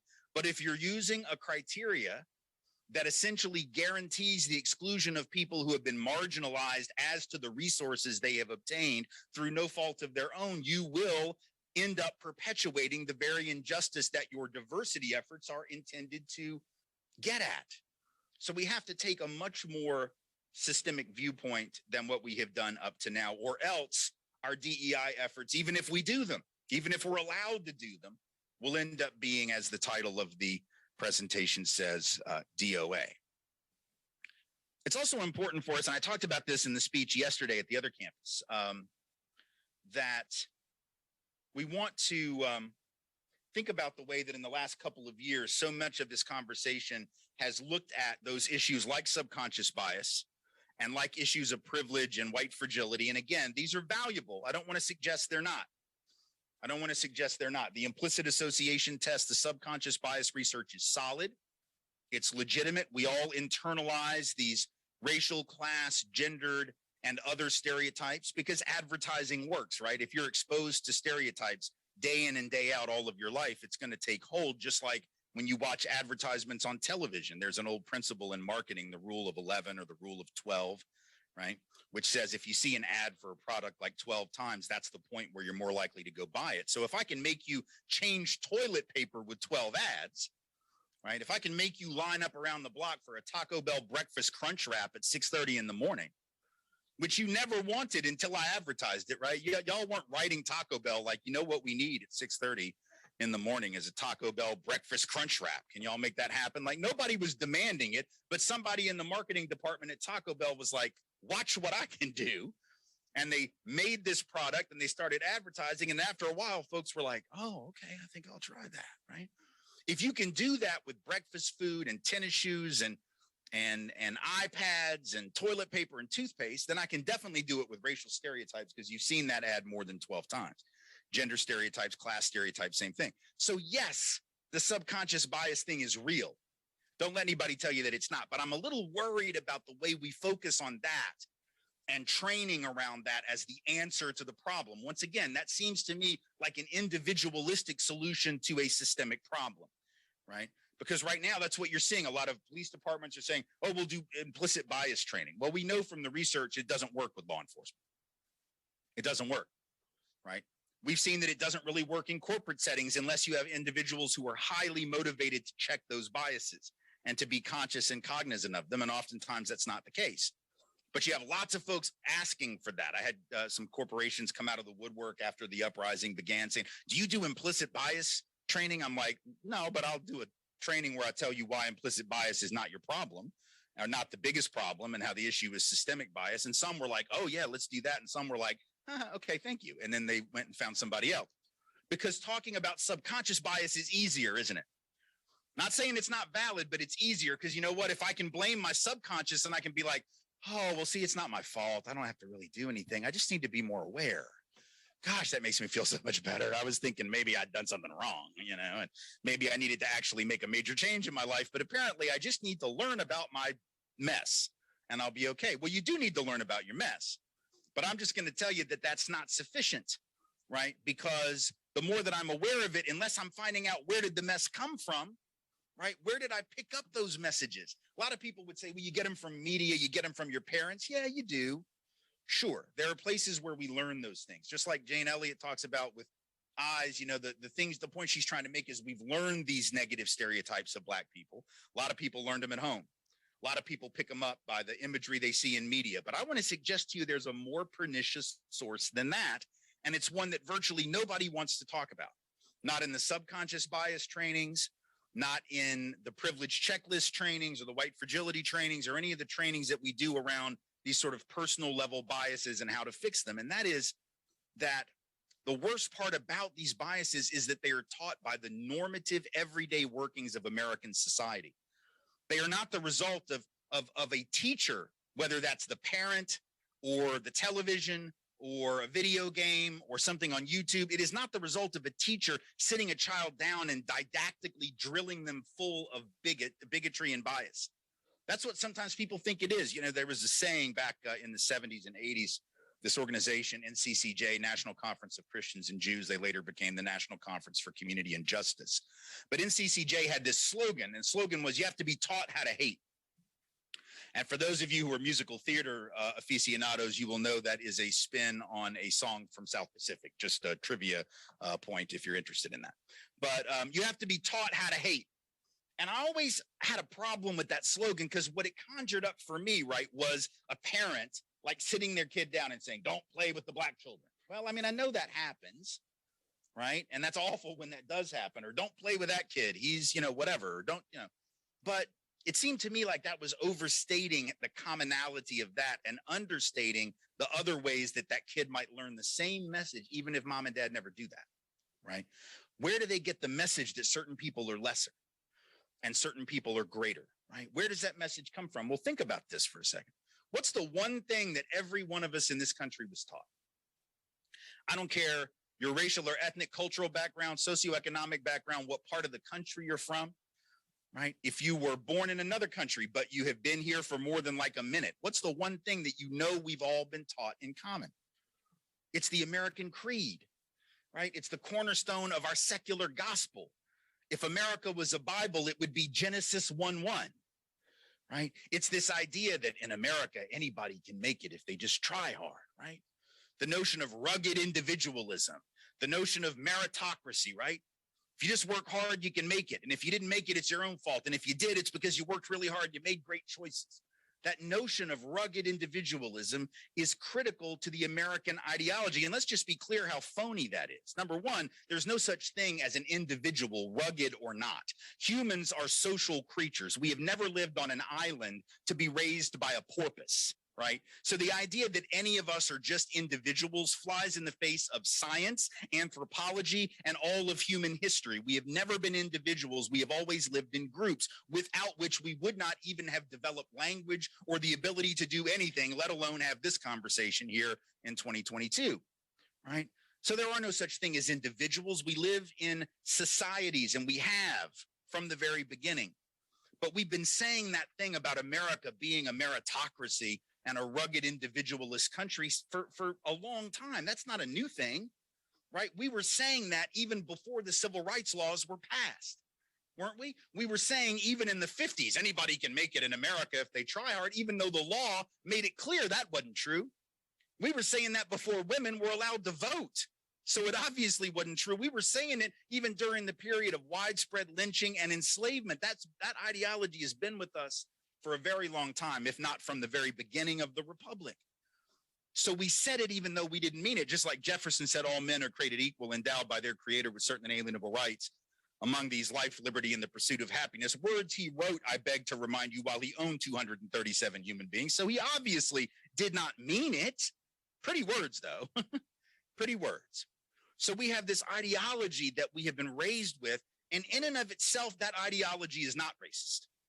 In and of itself, I might argue that it's horribly fatalistic. I might argue that it's horribly classist, but it's not inherently racist. But if you take that ideology that says wherever you end up is all about your own effort, right? And you lay that ideology on top of a society where some people have been deliberately held back because of color, and other people have been deliberately advanced because of color for hundreds of years, which no one denies that historically was true, even if you think, oh, we've made a lot of progress and things are better now. Everybody, at least I hope, is on the same page that that was sort of the norm for like most of our history, if not continuing so, right? If you lay that ideology on top of a society like that, what ends up happening? If I tell you that wherever you end up is all about your own effort, and then I look around and I see white people disproportionately up here and black and brown folks disproportionately down here, I'm going to start coming to the conclusion that those white folks must deserve to be there because they're better, they're smarter, they work harder, they make better choices. And these black and brown folks must in some significant way, perhaps biological or at least cultural, be pathological and dysfunctional and inferior. Racism becomes the default position, not because somebody taught me hatred in the formal sense or the overt sense, but because the society encouraged me to come to those conclusions. Same thing with class, same thing with gender. If I see rich here and I see poor and working class down here, I start thinking the rich are just that smart, right? There's like 11 human beings on the planet that right now have the same amount of wealth as like the rest of the planet or something outrageous like that. Do we really think there are 11 people, one of whom happens to be Jeff Bezos, who just have brains that are that much bigger than everybody else? Do they have like days that are more than 24 hours long, so they just have the ability to work like 20 times harder than us? Sort of outrageous, right? Back in the mid-70s, the wealthiest 1% of Americans owned about 22%, owned about 22% of all the financial wealth in the country. That was in the mid-70s. Even that was a lot. 1% owning 22%. Now that 1% owns 48% of the financial wealth. That was before the pandemic. It's probably more than that now. Roughly half of the financial wealth owned by the wealthiest 1% of Americans. My God, what an evolutionary leap that must have been, right? In just like 2 generations or a generation and a half, their brains grew like the Grinch's heart, you know? I mean, it makes no sense, but that's what America tells us to believe. These people are just that smart. And if you don't get rich, it's your own fault. So classism becomes a default position. And sexism does. If you see men disproportionately here and women here, then it becomes rational to start saying, well, I guess women just don't work as hard, you know? I guess they just don't want those C-suite positions. I guess they just don't want to be the directors of the organizations. They just don't mind making less money than men for doing similar or the same work, right? And so ultimately what I'm suggesting to you is we have to have a framework that allows us to really interrogate the most fundamental aspects of American ideology. And that is hard to do. And people don't applaud you when you do it, right? I mean, you're questioning some of the most basic precepts. And that really has folks freaked out, not just in the legislature in this state, but in a lot of other states. The idea that you would question these fundamental things. We're not questioning, and I'm not saying we should question the legitimacy of them as aspirational goals. We ought to be a society where if you work hard, you can be anything that you want to be. And even if you don't work hard, we're not going to let you starve and not have health care. That's another conversation for a different day, right? Everybody ought to have certain basic things just because they're human beings on the planet, philosophically, I would argue. But we ought to be a society where, yeah, if you put in the effort, you'll get out of it what it is that you put into it. We're not that. We're not questioning the validity of the aspiration. We're questioning the validity of the description that that's who we are now. It's not who we are now. But when you question that, that's like going into a church, right, on Sunday and standing up right after the pastor gives the sermon, right? Like 3 rows deep in the pews and being like, I mean, that was nice. That was real pretty, but there's no God, right? So why are we here? Like, what's the point? You know, normally they don't invite you back to their church or for like cookies and juice after. Like they just tell you to go home, right? Nobody wants to hear that from you in church, and nobody wants to hear that the fundamental ideology of American individualism is mythical. But if we think about our history, we know that it is. We understand that it is, and we have to be prepared to question it, because otherwise we're not really dealing with this in a systemic way. We're only looking at individual bias as something that's taught specifically and intentionally rather than through these very pernicious methods that many times we don't even think about at all. And I think if we can begin to shift that framing, same thing with privilege, same thing with fragility, we'll be in a much better place, because the fragility trainings, and I'm friends with Robin DiAngelo and I respect her work, but those trainings too are basically about telling white folks, y'all are fragile. You get upset whenever race comes up. And then the answer is stop being fragile. Like, I mean, okay, like I'm with her on that. Like, that's my attitude too. Like, just get over it. But that's like telling someone with depression, just cheer up. Like, it doesn't work. I have anxiety and depression. If you tell me settle down and be happy, I'm going to tell you, no, I pay like $140 a session to get better advice than that. So that's not sufficient. Right. And so the fragility trainings are basically about taking white folks and saying, get over yourself. Well, if it were that easy, we'd have done it. Right. It's not that easy. The privilege checklist trainings are fine if you just want to get clear on sort of where things stand today with you. But it doesn't necessarily imbue you with the resistance mentality to go out and fight that. In fact, I would argue the opposite. Right. If you just learn about your privilege in the abstract, right, whether it's with a checklist or reading or whatever, and you start thinking, my God, look at all these privilege, and they're real. I mean, look, far be it for me to dispute. I mean, white privilege is real, male privilege is real, straight and cisgender privilege is real, class privilege for the affluent and owning class is obviously real, able-bodied privilege. There's multiple forms of privilege, right? The privilege of the privilege of hearing, which we were talking about earlier, right? When the captions weren't showing up, right? That the systemic reality of autism, I don't know if you know that word, but that is the system of oppression against people who are deaf or have hearing loss, right?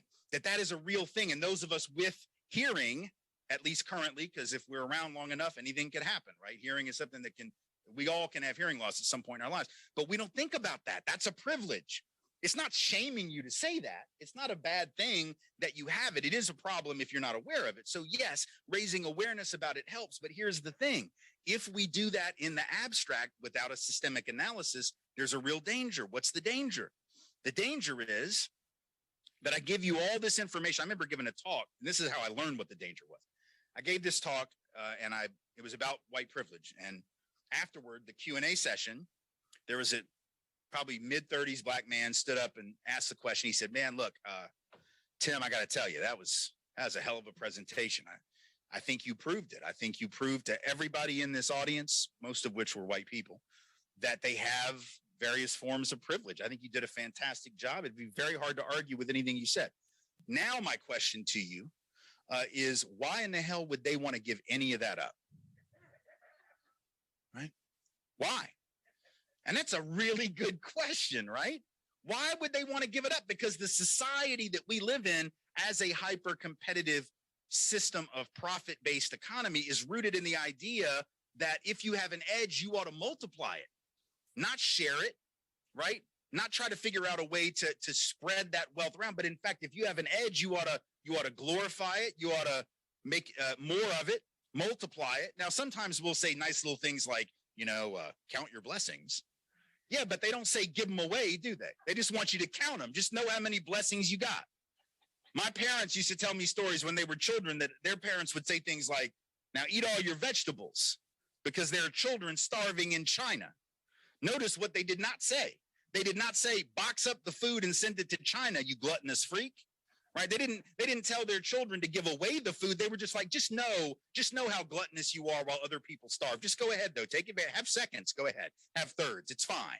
Right? In other words, we are a culture that says take advantage of your edge. So if I prove to you that white privilege is real, and I prove to you that gender-based privilege is real, and I prove to you class privilege, and you've got these things, the question is, even if you're a really good person who doesn't want to hurt people deliberately, might you still sort of shy away from making a change? Because if any change happens, you might feel like, well, I'm going to lose, right? And this is a zero-sum society, isn't it? So at least we think it is. That's how we treat it. That's the way we've created it, is the idea that if you get more, I have to have less, right? And we're not talking about Jeff Bezos having to maybe get by with a few billion less. We're like talking about middle-class people thinking, oh my God, if these black and brown folks or if these working class poor people get more, then, I'm not going to have something special. So as a result, we cling to our privileges, especially when we're not real rich, right? Because if we're rich enough, we don't even, the white privilege thing is like redundancy, right? If you're wealthy enough, the white skin thing is just like what I lived in New Orleans for 10 years, what we call lagniappe, right? It's just a little something extra, right? But if you are working class and white, that is the trick that has been used to divide you from black and brown people for hundreds of years. To be able to say, as W.E.B. Du Bois said, talked about the psychological wage of whiteness, right? Make you think, well, you might not have much, but at least you're not black. You might not have much, but at least you're not indigenous. We didn't take your land. You might not have much, but at least we put you on the quote unquote slave patrol so you can keep those people in line for us. We gave you a little bit of authority. Don't get a big head now. We don't really like you either. You used to be indentured servants like last week. But right now we sort of like you because you provide a buffer between us and those black folks who we're really afraid of. Right. And so if I'm a working class white person and I got nothing else going for me, man, this thing right here, even though it doesn't pay the health care bill and it doesn't pay to send my kid to college, nonetheless, it pays a psychological wage. So if we're going to get white people to actually be willing to move toward racial anti-racist solidarity, cross-racial anti-racist solidarity, we're going to have to give a reason other than just the altruism of giving away their edge. Because that's going to be a hard sell, right? It's going to be a hard sell, particularly if you're really struggling. Here's what I think we have to do. Here's how we have to talk about this. In a way that can reach working class people, right? In a way that can bring folks together around actual shared interest. Why do we talked a little bit about this yesterday, an opioid crisis in this country right now? Why do we have so many people, particularly in white, working class, non-college educated, middle-aged communities and younger, but white, working class, non-college educated folks dying in such hugely disproportionate numbers from fentanyl and from heroin and from oxy and other opiates?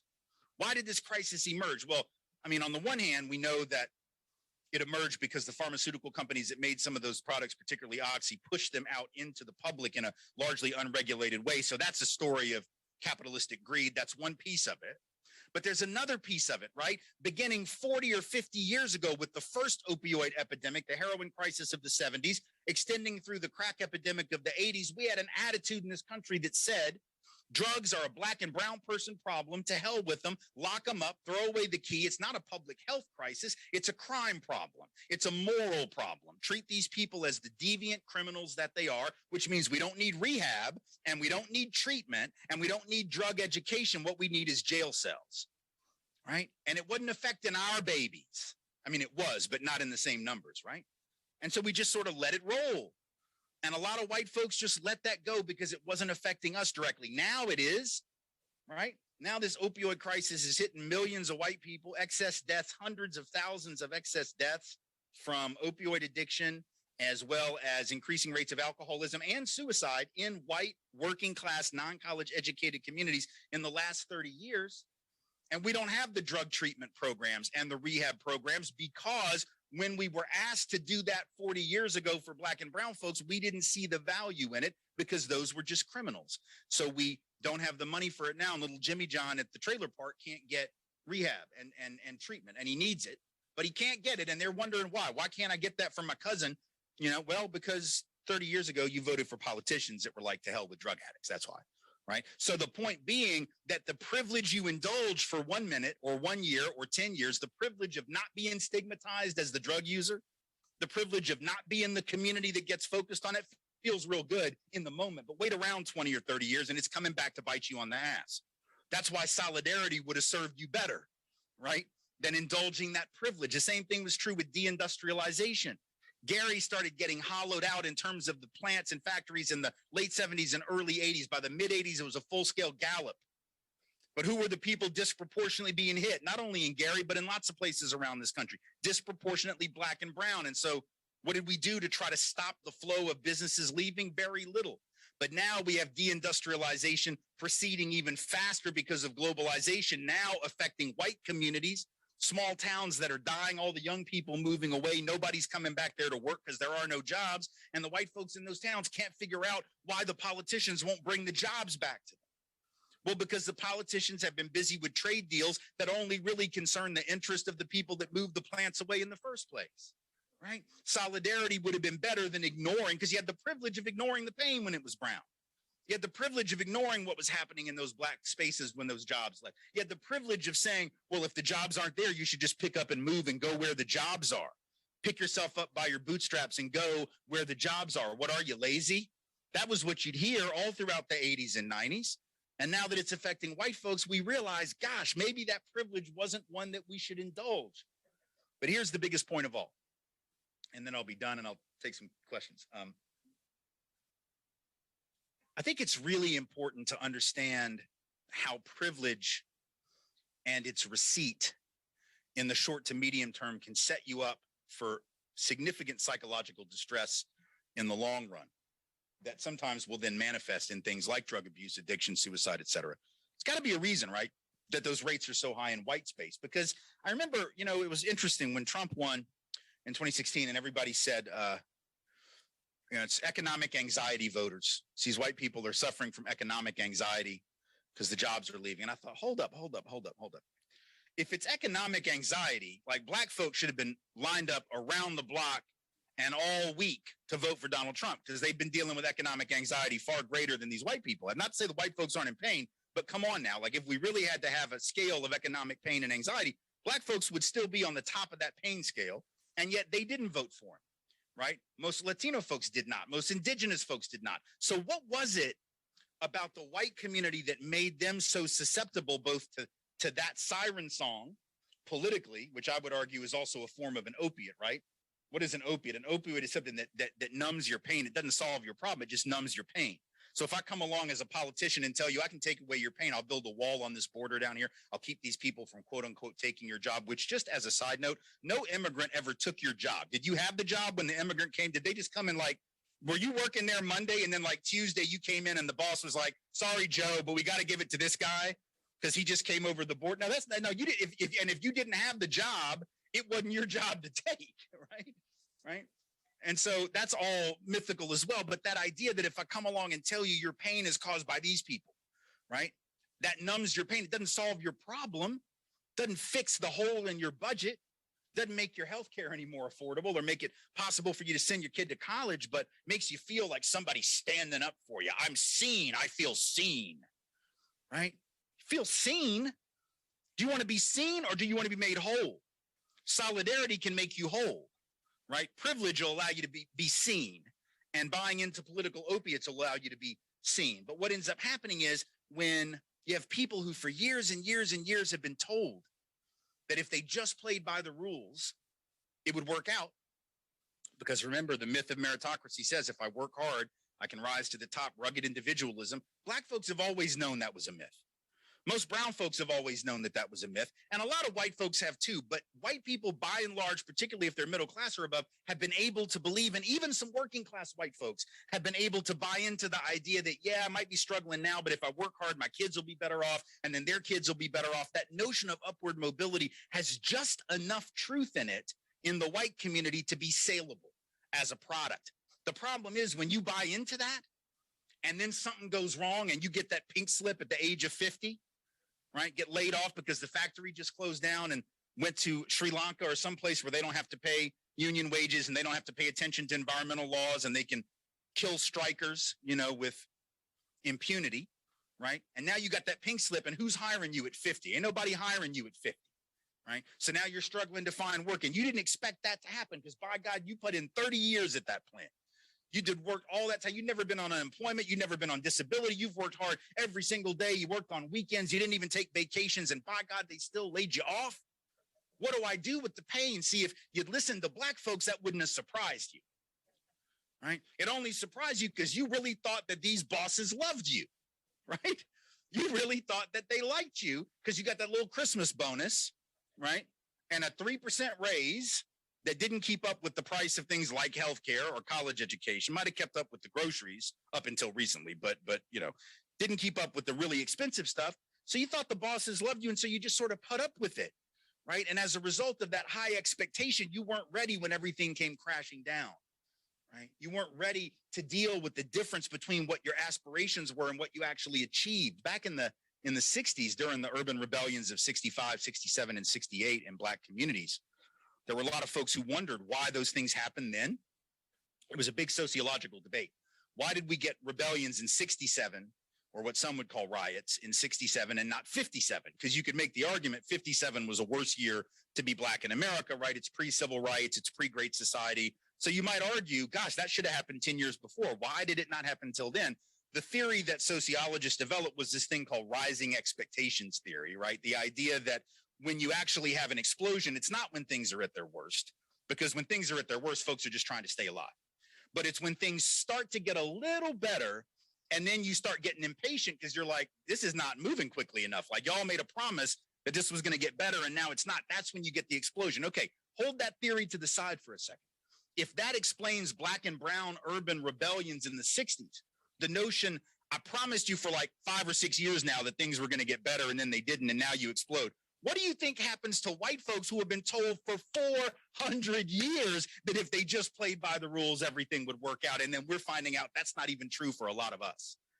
That is when the explosion happens. And that explosion will either be turned outward against others, or it will be turned inward with drug abuse and suicide and opioids and all of these things that we're seeing so disproportionately, what they call deaths of despair in these white communities. So this is my point. A systemic analysis doesn't just tell us about privilege. It doesn't just tell us about fragility. It doesn't just tell us about implicit bias. It tells us about the importance of solidarity in the face of all those things. It tells us about the importance of relinquishing that lie of white supremacy, not only for the sake of black and brown people. This is not charity work, right? It's about embracing solidarity because our own lives depend on it. Our families depend upon it. A working school system for all children, a working healthcare system for all children. I don't know if you know this, but a study at Harvard's Kennedy School of Government several years ago found that the number one most highly correlated factor with opposing universal guaranteed healthcare in this country, the number one factor, it's not party affiliation per se. It's not whether you're a self-described conservative or liberal. It doesn't have anything to do with that. It's not age. It's not part of the country. The most highly correlated explanation for why people don't support comprehensive universal health care for all in this country is the belief that if we had that, black people will cheat the program. So understand, what does that mean? That means there are white folks that are like, yeah, I need better health care, but I'll be damned if I'm going to let those black people get one over on me. So I'll just do without. During the debates over Obamacare, you saw the videos of people that were protesting the ACA on the mall in Washington. And you had reporters going up to these folks, mostly white folks. This one guy, I remember, was in a wheelchair with like an oxygen machine following him around. And the reporter goes up and says, do you have health care currently? And he said, no. right? Sounded like he'd smoked for like since he was a baby, right? And he says, no. And he, well, do you need some? Yes, but I don't want the government. I'd rather die. Okay, right? My friend Jonathan Metzel, who's a professor at Vanderbilt in Nashville, where I live, went out to a little suburban area outside of Nashville talking to these white working class guys. And this one particular white, there's in a Section 8 subsidized housing community, apartment community, and these like 10 or 12 white men were in this sort of discussion group. And he's talking to this one guy, 42 years old, cirrhosis of the liver, dying from cirrhosis, in awful shape. And Metzel's talking to him about healthcare. He's like, man, it's a shame that you don't live in Kentucky, because if you just lived an hour north, an hour and a half north, you'd be able to get on their version of ACA, which now has been pared back, but it was really good for a minute. They expanded Medicaid the way that ACA encouraged states to do, but many states like Tennessee did not do that, left a lot of people out in the cold. But in Kentucky, they had created this really great program. He said, man, if you just lived an hour and a half north, you could get on this great Obamacare program they've got there. But unfortunately, here in Tennessee, you can't. And his answer was, well, I wouldn't want to be on Obamacare anyway. I'd rather die than be on Obamacare, because that's for illegal immigrants, his term, not mine, and welfare mothers, his term, not mine. That guy's dead now, by the way. Right? Willing to die just not to be associated with those people, quote unquote, right? So the privilege of not being associated with, the privilege of feeling superior, which is real. That's a real privilege that we have created in this society, is that psychological edge, that psychological privilege, and folks are willing to die for it. I remember having an argument with a guy years ago, young man, about the Confederate flag. This is back in the day when I would engage for like 2 weeks on email because I didn't have anything better to do, and I was foolish, young, and I would just, you want to keep going? We'll just keep going. Like 2 weeks in, I'm still arguing with this guy, trying to defend the Confederacy to me. As a Southerner, he's from South Carolina, I'm from Tennessee. We're going back and forth. I'm trying to explain to him how the Confederacy, because it was rooted in this idea of white supremacy and the system of enslavement, kept all working class, including working class poor white people, poor. Right? Because if you have a system based in enslavement where you can make black folks work for free because you own them as property, and I'm a wage laborer who has to charge you $2 a day to work on your farm, who do you think is going to get the job? Free is going to get the job, fool. So in fact, poor white people would have been better off if that system of enslavement had been overthrown. So I was trying to explain this, going through this whole thing with him. And after 2 weeks, I realized what we're up against, and y'all need to understand it. Can't save everybody. This is the lesson that I learned. You can't. Because he came back and he said, you know, Tim, you're probably right. You're probably right.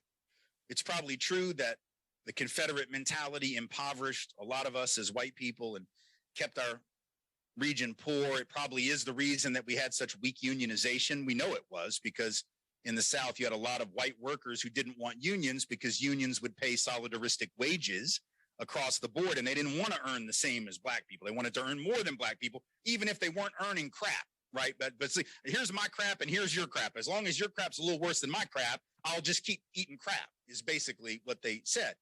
And I convinced him of it. He said, Tim, you're totally right. But you know what? I gotta just be honest. I'd be willing to work for $1 an hour if we could just go back to segregation.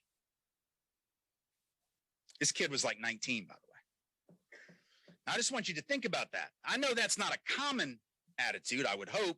But we got to understand that's what white supremacist thinking has done to the minds of otherwise possibly decent human beings, distorted good people and turned them into folks who are willing to settle for less just so long as somebody is even further down than them. That's not a recipe for working schools. That's not a recipe for a functional economy. That's not a recipe for decent health care. That's a recipe for utter and complete social collapse. It's not going to work. And so we have to be talking about solidarity as a thing that is in everyone's interest. And we have to be demanding, those of us who are white in particular, demanding that there is a different way to live in this skin, that we're going to choose different role models for ourselves, that we're not going to be satisfied with the Andrew Jacksons when we've got those who oppose, including white folks like Jeremiah Everts, who oppose his policies of indigenous removal. We don't have to support the valorization of those who owned other human beings when there were white folks in the abolitionist struggle who fought against that system. We don't have to support the right of segregationists to be segregationists when we have so many people who were white and joined the civil rights struggle shoulder to shoulder with black and brown peoples. We don't have to think of solidarity as something that's cute or that we do only for others as an act of charity. It's something that we do for ourselves. We do that in our schools. We do that in the streets, as the White Panthers have been doing since John Sinclair started them so many years ago. And it is important for us to join in that tradition, to recognize there is an alternative tradition that we belong to, that we have a right to claim as white people, shoulder to shoulder with Black and brown folks, to empower us all for the sake of liberty and justice. I thank you all for being here, and I appreciate your time. I'll take a few questions if we've got time for them, and then I will let y'all head out.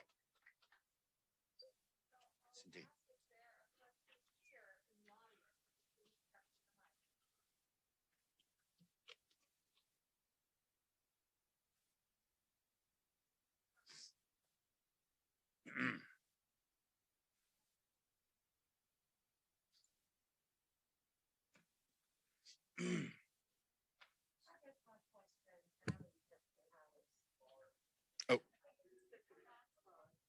is it not on? I guess my question to you is, as a white man, when did you find your niche to speak on this subject? And how does other African Americans who do basically the same, how do you all coalesce? Say that last part again. I'm sorry. How do you all come together? Yeah. So I started doing anti-racism work as an activist and advocate when I was still in college, so 30 plus years ago, in the city of New Orleans. And when I graduated from college in 1990 was the year that David Duke, former Klan leader, neo-Nazi, lifelong white supremacist, was running for the U.S. Senate and then governor in 91 in Louisiana. So I was involved actively in the campaigns against him. After that, I was a community organizer in public housing communities in New Orleans for about 15 months and did various other community organizing around the state, both in Baton Rouge and in New Orleans. So all during that time, I was sort of figuring out what it meant to be white in this work. I was trained by the People's Institute for Survival and Beyond in New Orleans as well, on how to do that work with integrity and a measure of accountability, hopefully.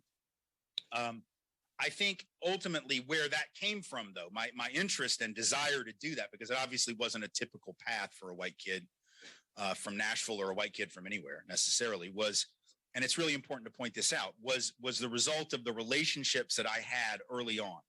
I think sometimes those of us who are really politicized downplay the importance of personal relationships and connection, because sometimes we hear people say things, right? Like, well, I've got Black friends, and then we know what that means, right? We know that's like a dodge that is not, it doesn't mean anything, right? It's like, well, men marry women too when they're straight, but they might be sexist. I don't know. Just seems to me there are plenty of straight sexist men, so even if you do have Black friends, it doesn't get you out of the charge of racism. But I do think even though close connection isn't enough, it is really necessary. Because if you don't have personal bonds and connections with people across lines of race and culture and religion and other things, I do question how long you'll stay in the fight, because it's all intellectual for you at that point. It's all about the book you read or the really cool class you took, the analysis that you got. I tell you what brought me to this space was being 11 years old, playing on a baseball team where I was one of only 3 white kids on the team, and we go out to play a scrimmage outside of Nashville in a small white rural community, and we get there and the team won't play us because they don't want to play against a Black team, right? And then we got in the car to leave, and they surrounded the car and started yelling the N-word at the Black kids, N-word lover at me and the other white kids, screaming at us, threatening to beat us with baseball bats. This is 1980, not 1950. This is 1980. And that was happening. When you have that experience, when you actually see not only the vitriol aimed at people who you love and care for as your friends, but when they are telling you there is a line and you have crossed it, just by being in that car, just by being on that team, I went to preschool at Tennessee State University in Nashville, historically Black college. So I was in the preschool early childhood ed program at TSU, where most of my peer group were Black kids. That was who I knew. That's who I hung out with. It's who I played ball with. It's who I ate in the cafeteria with. It's who I hung out with in school. And so this was deeply personal to me. And I think what scares me a little bit about people that come to activism through academia or even through like the internet and doing research and reading stuff. I mean, it's great. Whatever your entry point is cool. We need every entry point out there.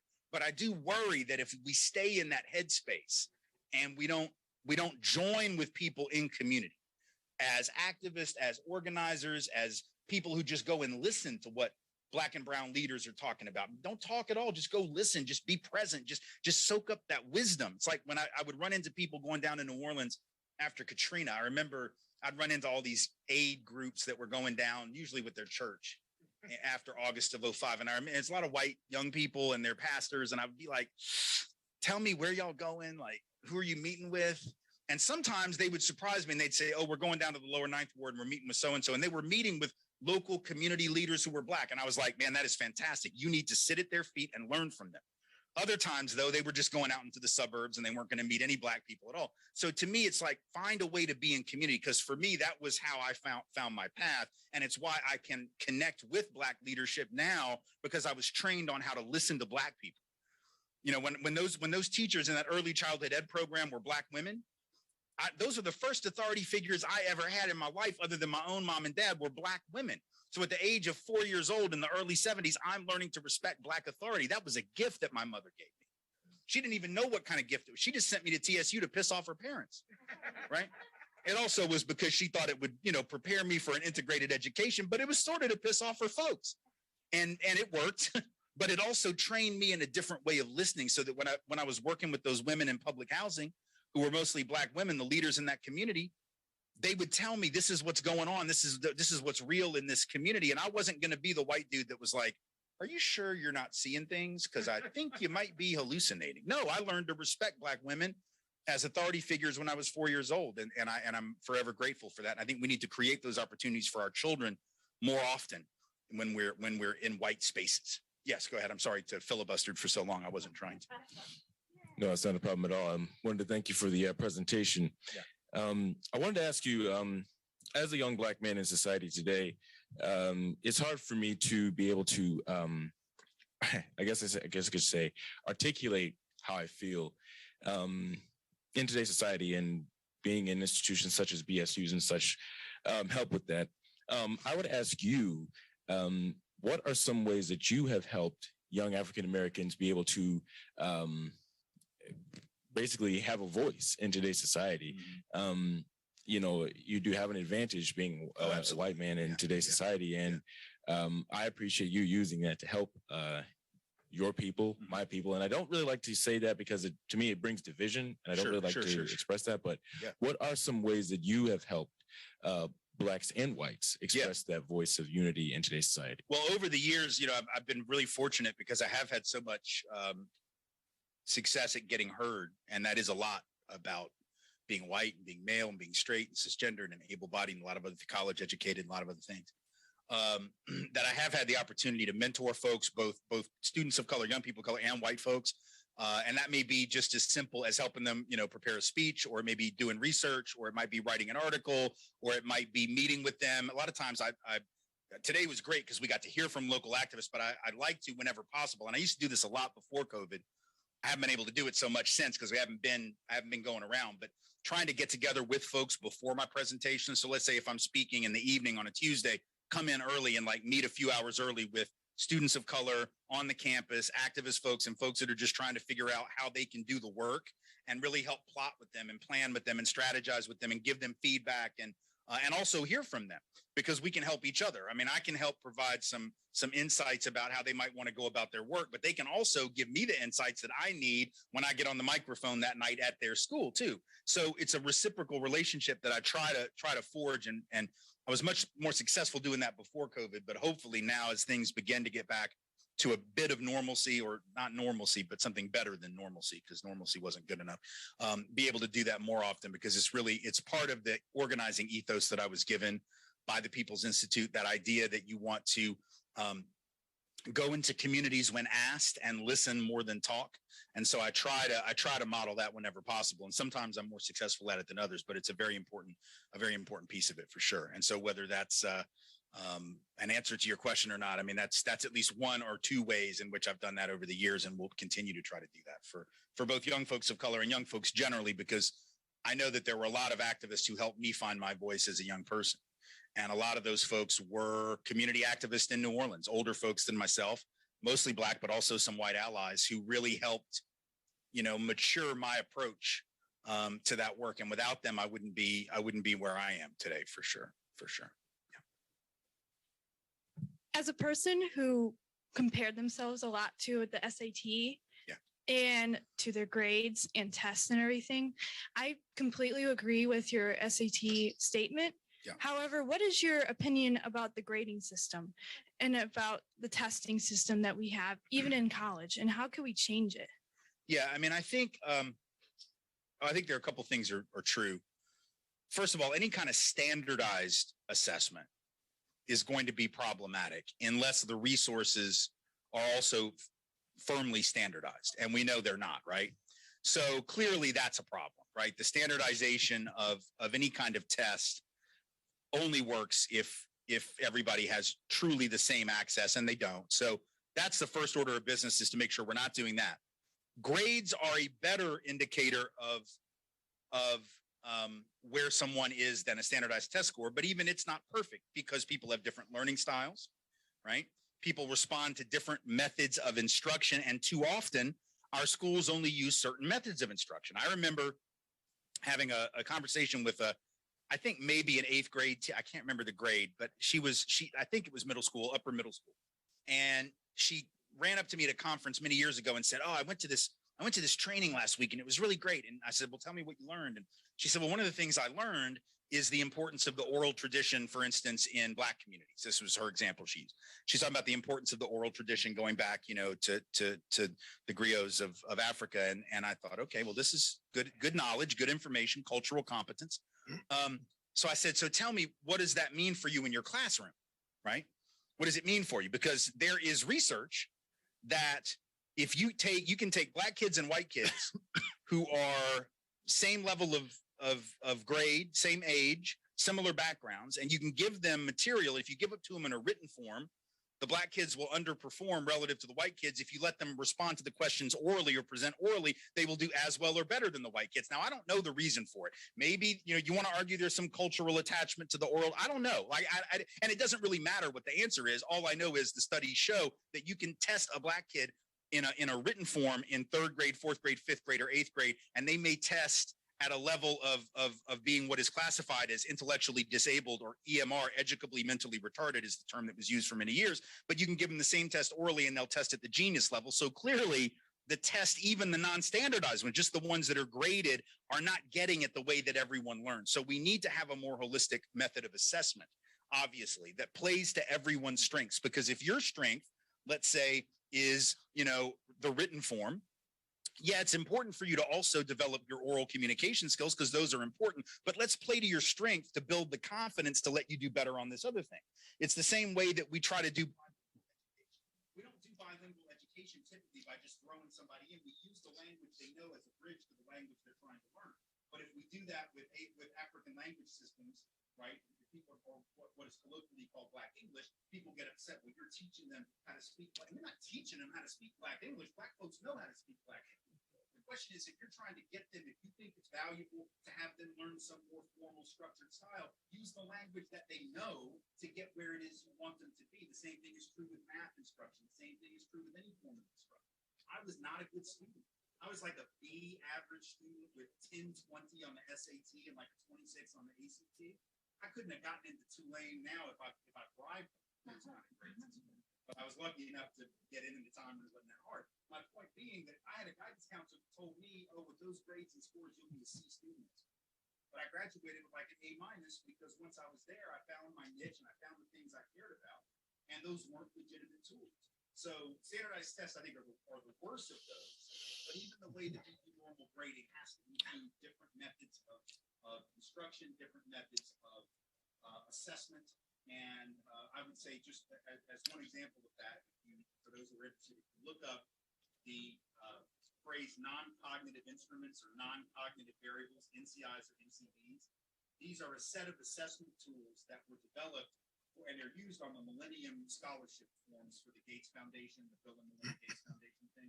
These are aimed at students of color who are going to college.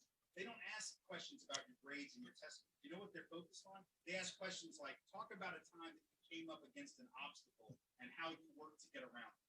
talk about a time that you had to develop leadership skills in a certain situation. Like, these are really important context clues about your resilience, about your character, about your determination that are way better than grades. And what they find is that the students who do well on those instruments, even if they have much lower test scores and grades, do just as well or better in college. So obviously we've got to be adding things to the mix. Right? I think my mic is dead. Yeah, we're going to get you a new one. We'll get you a new one. I'm acting like this. I don't think he needs a mic. Yeah, my question is, I'm a faculty member here at the university, and I work in teacher preparation. And since the election in 2016, I started having discussions with my students about their political views, even to the point we survey how we voted in the last two elections. My students are essentially working class students with a proportionately high number being Hispanic. In every section I've taught since 2016, the majority support a Republican, Donald Trump. Now, how should I address this in my class, or should I even be attempting to do that?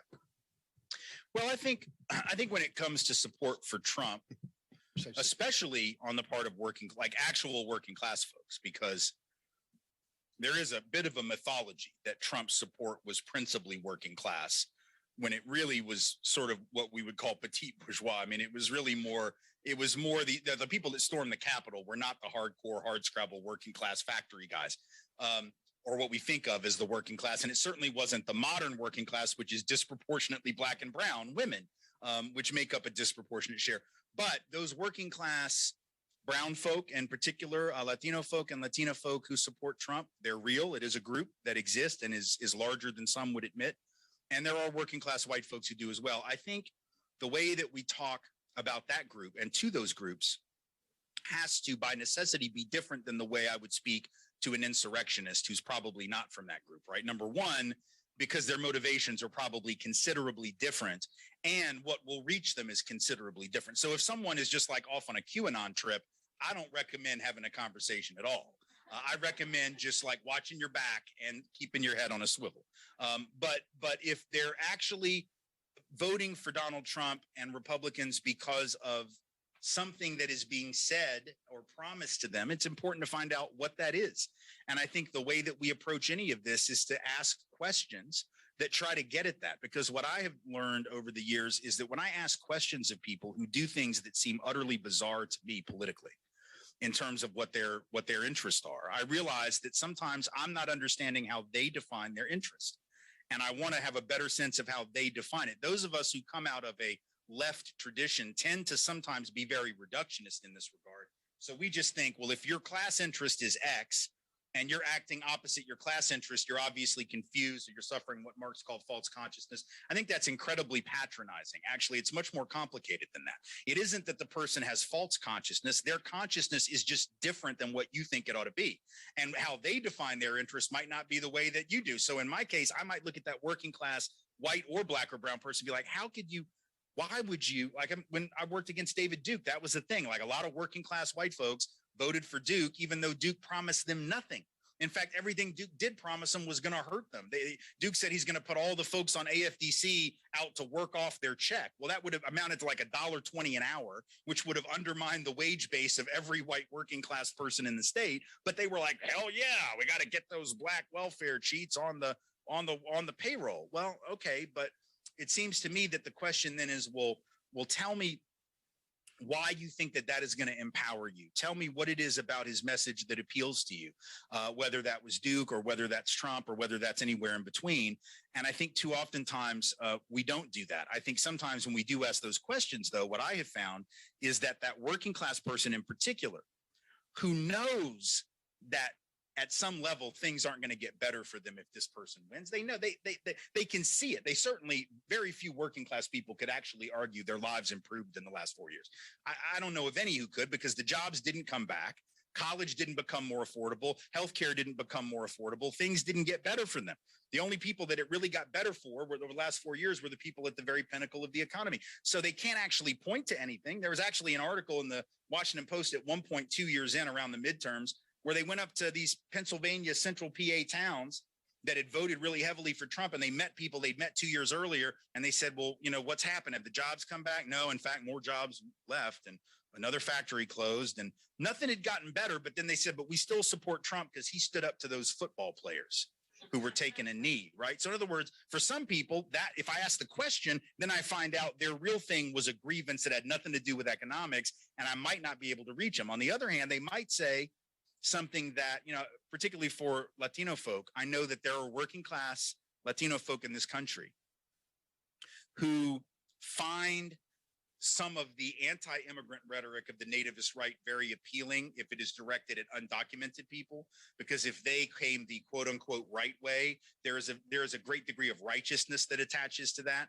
notion that, well, my family went through the proper channels and blah, blah, blah, blah, and why can't yours, which is very much sort of a pulling the rug out from underneath other people after I'm already in the door kind of thing. And it's a very easy thing to sell in this country, this idea that, well, there's a right way and a wrong way to come, keeping in mind that for those of us who were white, like there was never a law for us to break. So we just came. I mean, there was never, you know, there was no, I'm sure my great grandfather would have come undocumented if he had no choice, but to get out of Russia. And if Russia was like right where Mexico was, I'm sure he would have crossed undocumented. But there is a way that gets sold to Latino peoples that tries to divide them. It's a divide and conquer tactic. These are the bad brown people and you're the good brown people. You're doing it the right way. And there has always been a recognition on the part of anyone who was racialized as non-white, whether that was black and brown folks, whether that black and Latino folks, Asian American folks, even if it was white working class ethnics from Europe, there was always a recognition that if I was not racialized as white,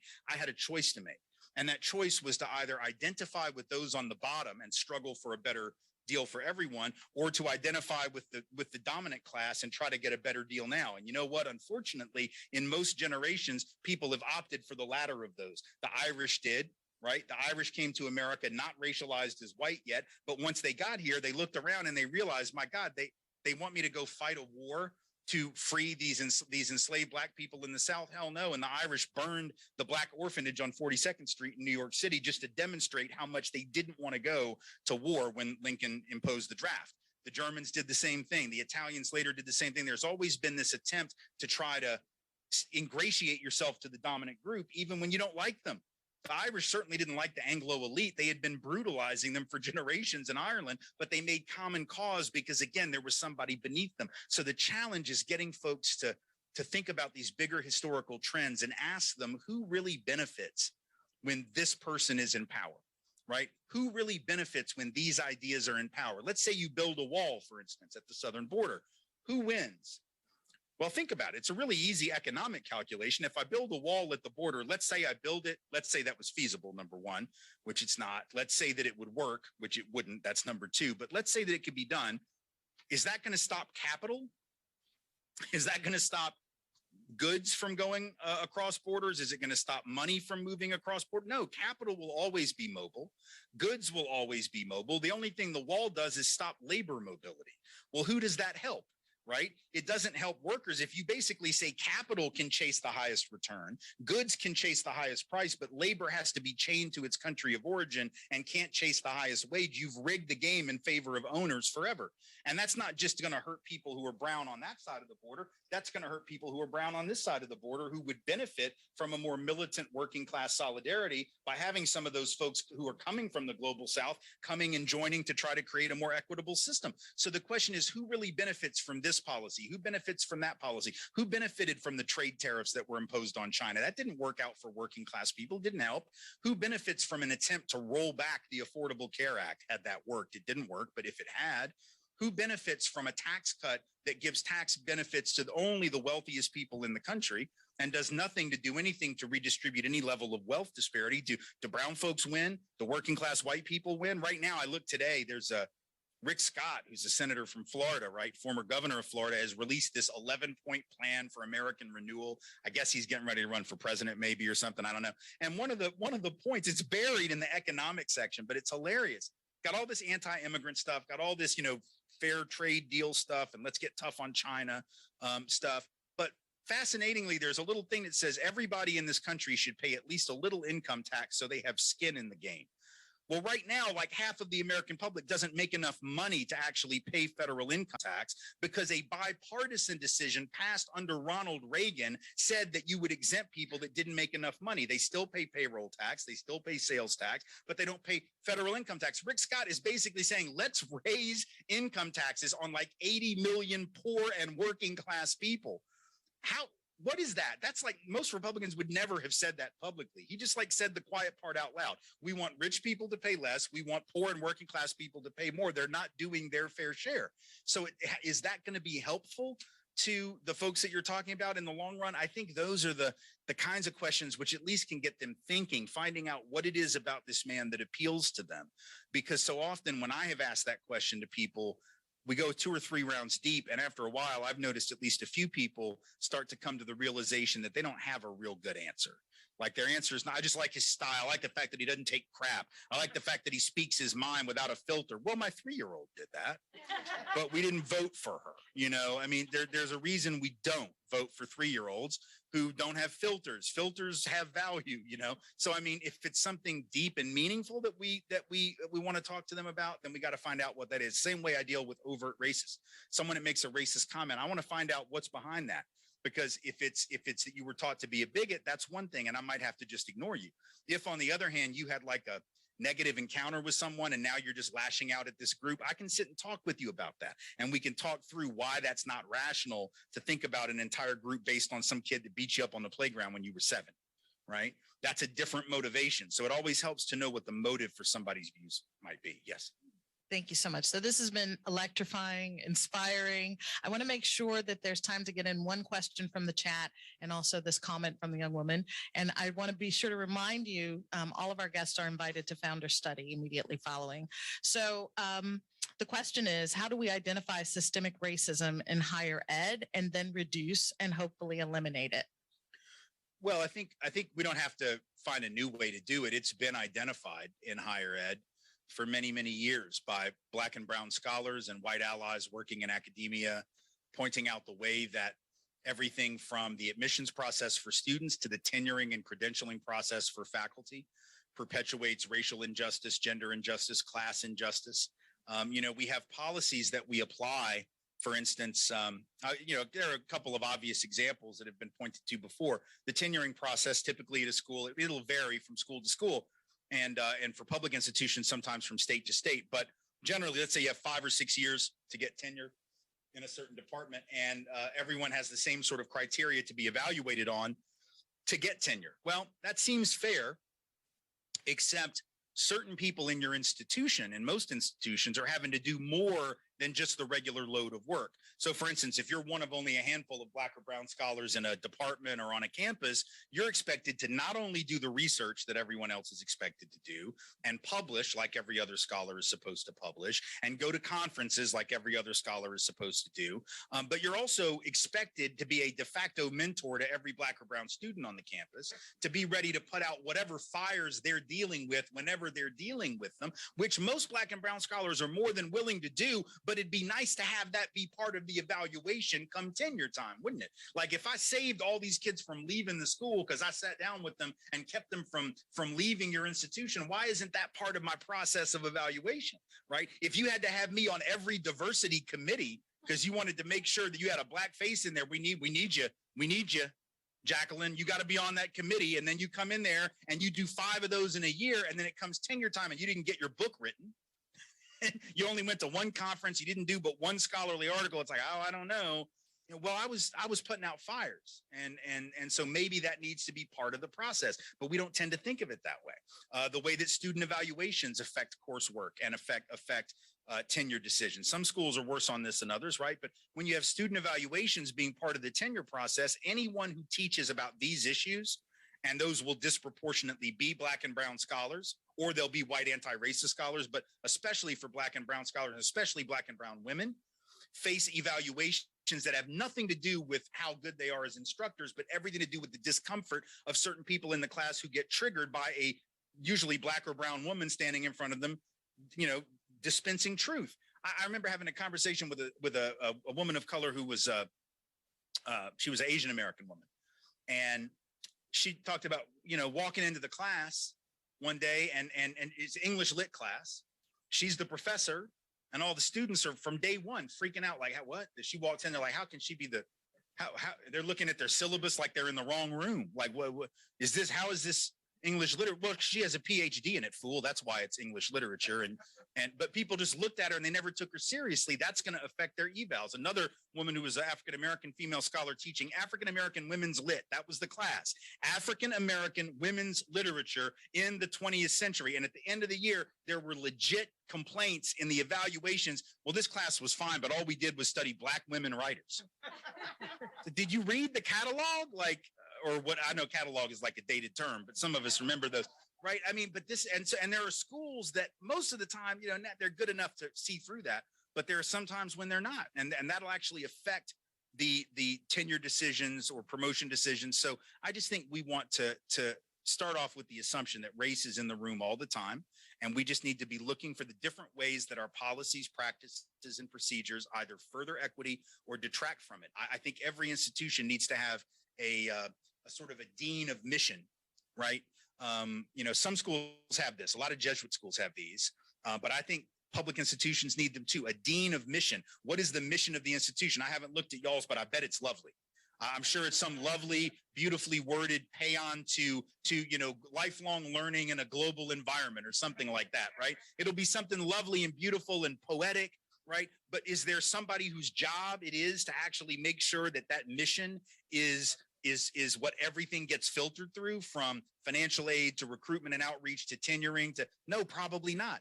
But we need to have that. We need to have someone who says, hey, every decision we make needs to keep in mind our purpose for being here, right? And our purpose for being here is not to get up higher on the US news rankings.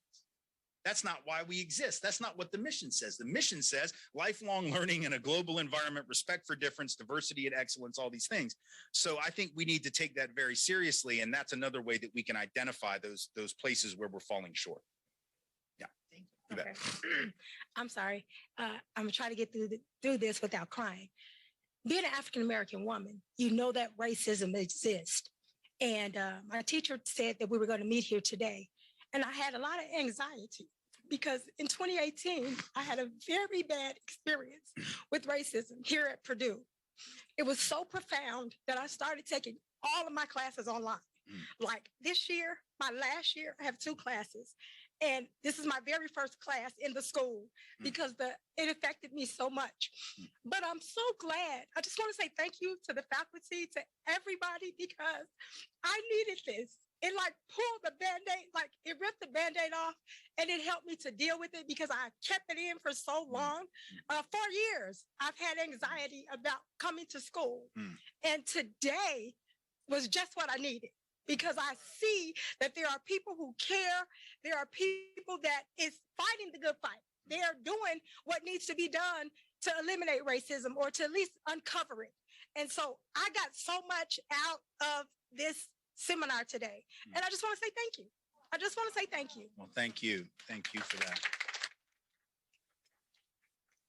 Well, we are certainly glad you're here, and thank you for having the courage to stand up and share that experience. I just want to say thank you again to all of you for being so patient with our program. Thank you again to Tim Wise. Thank you, y'all. Thanks for being here. So we're going to move now into founder study for the book signing and some refreshments.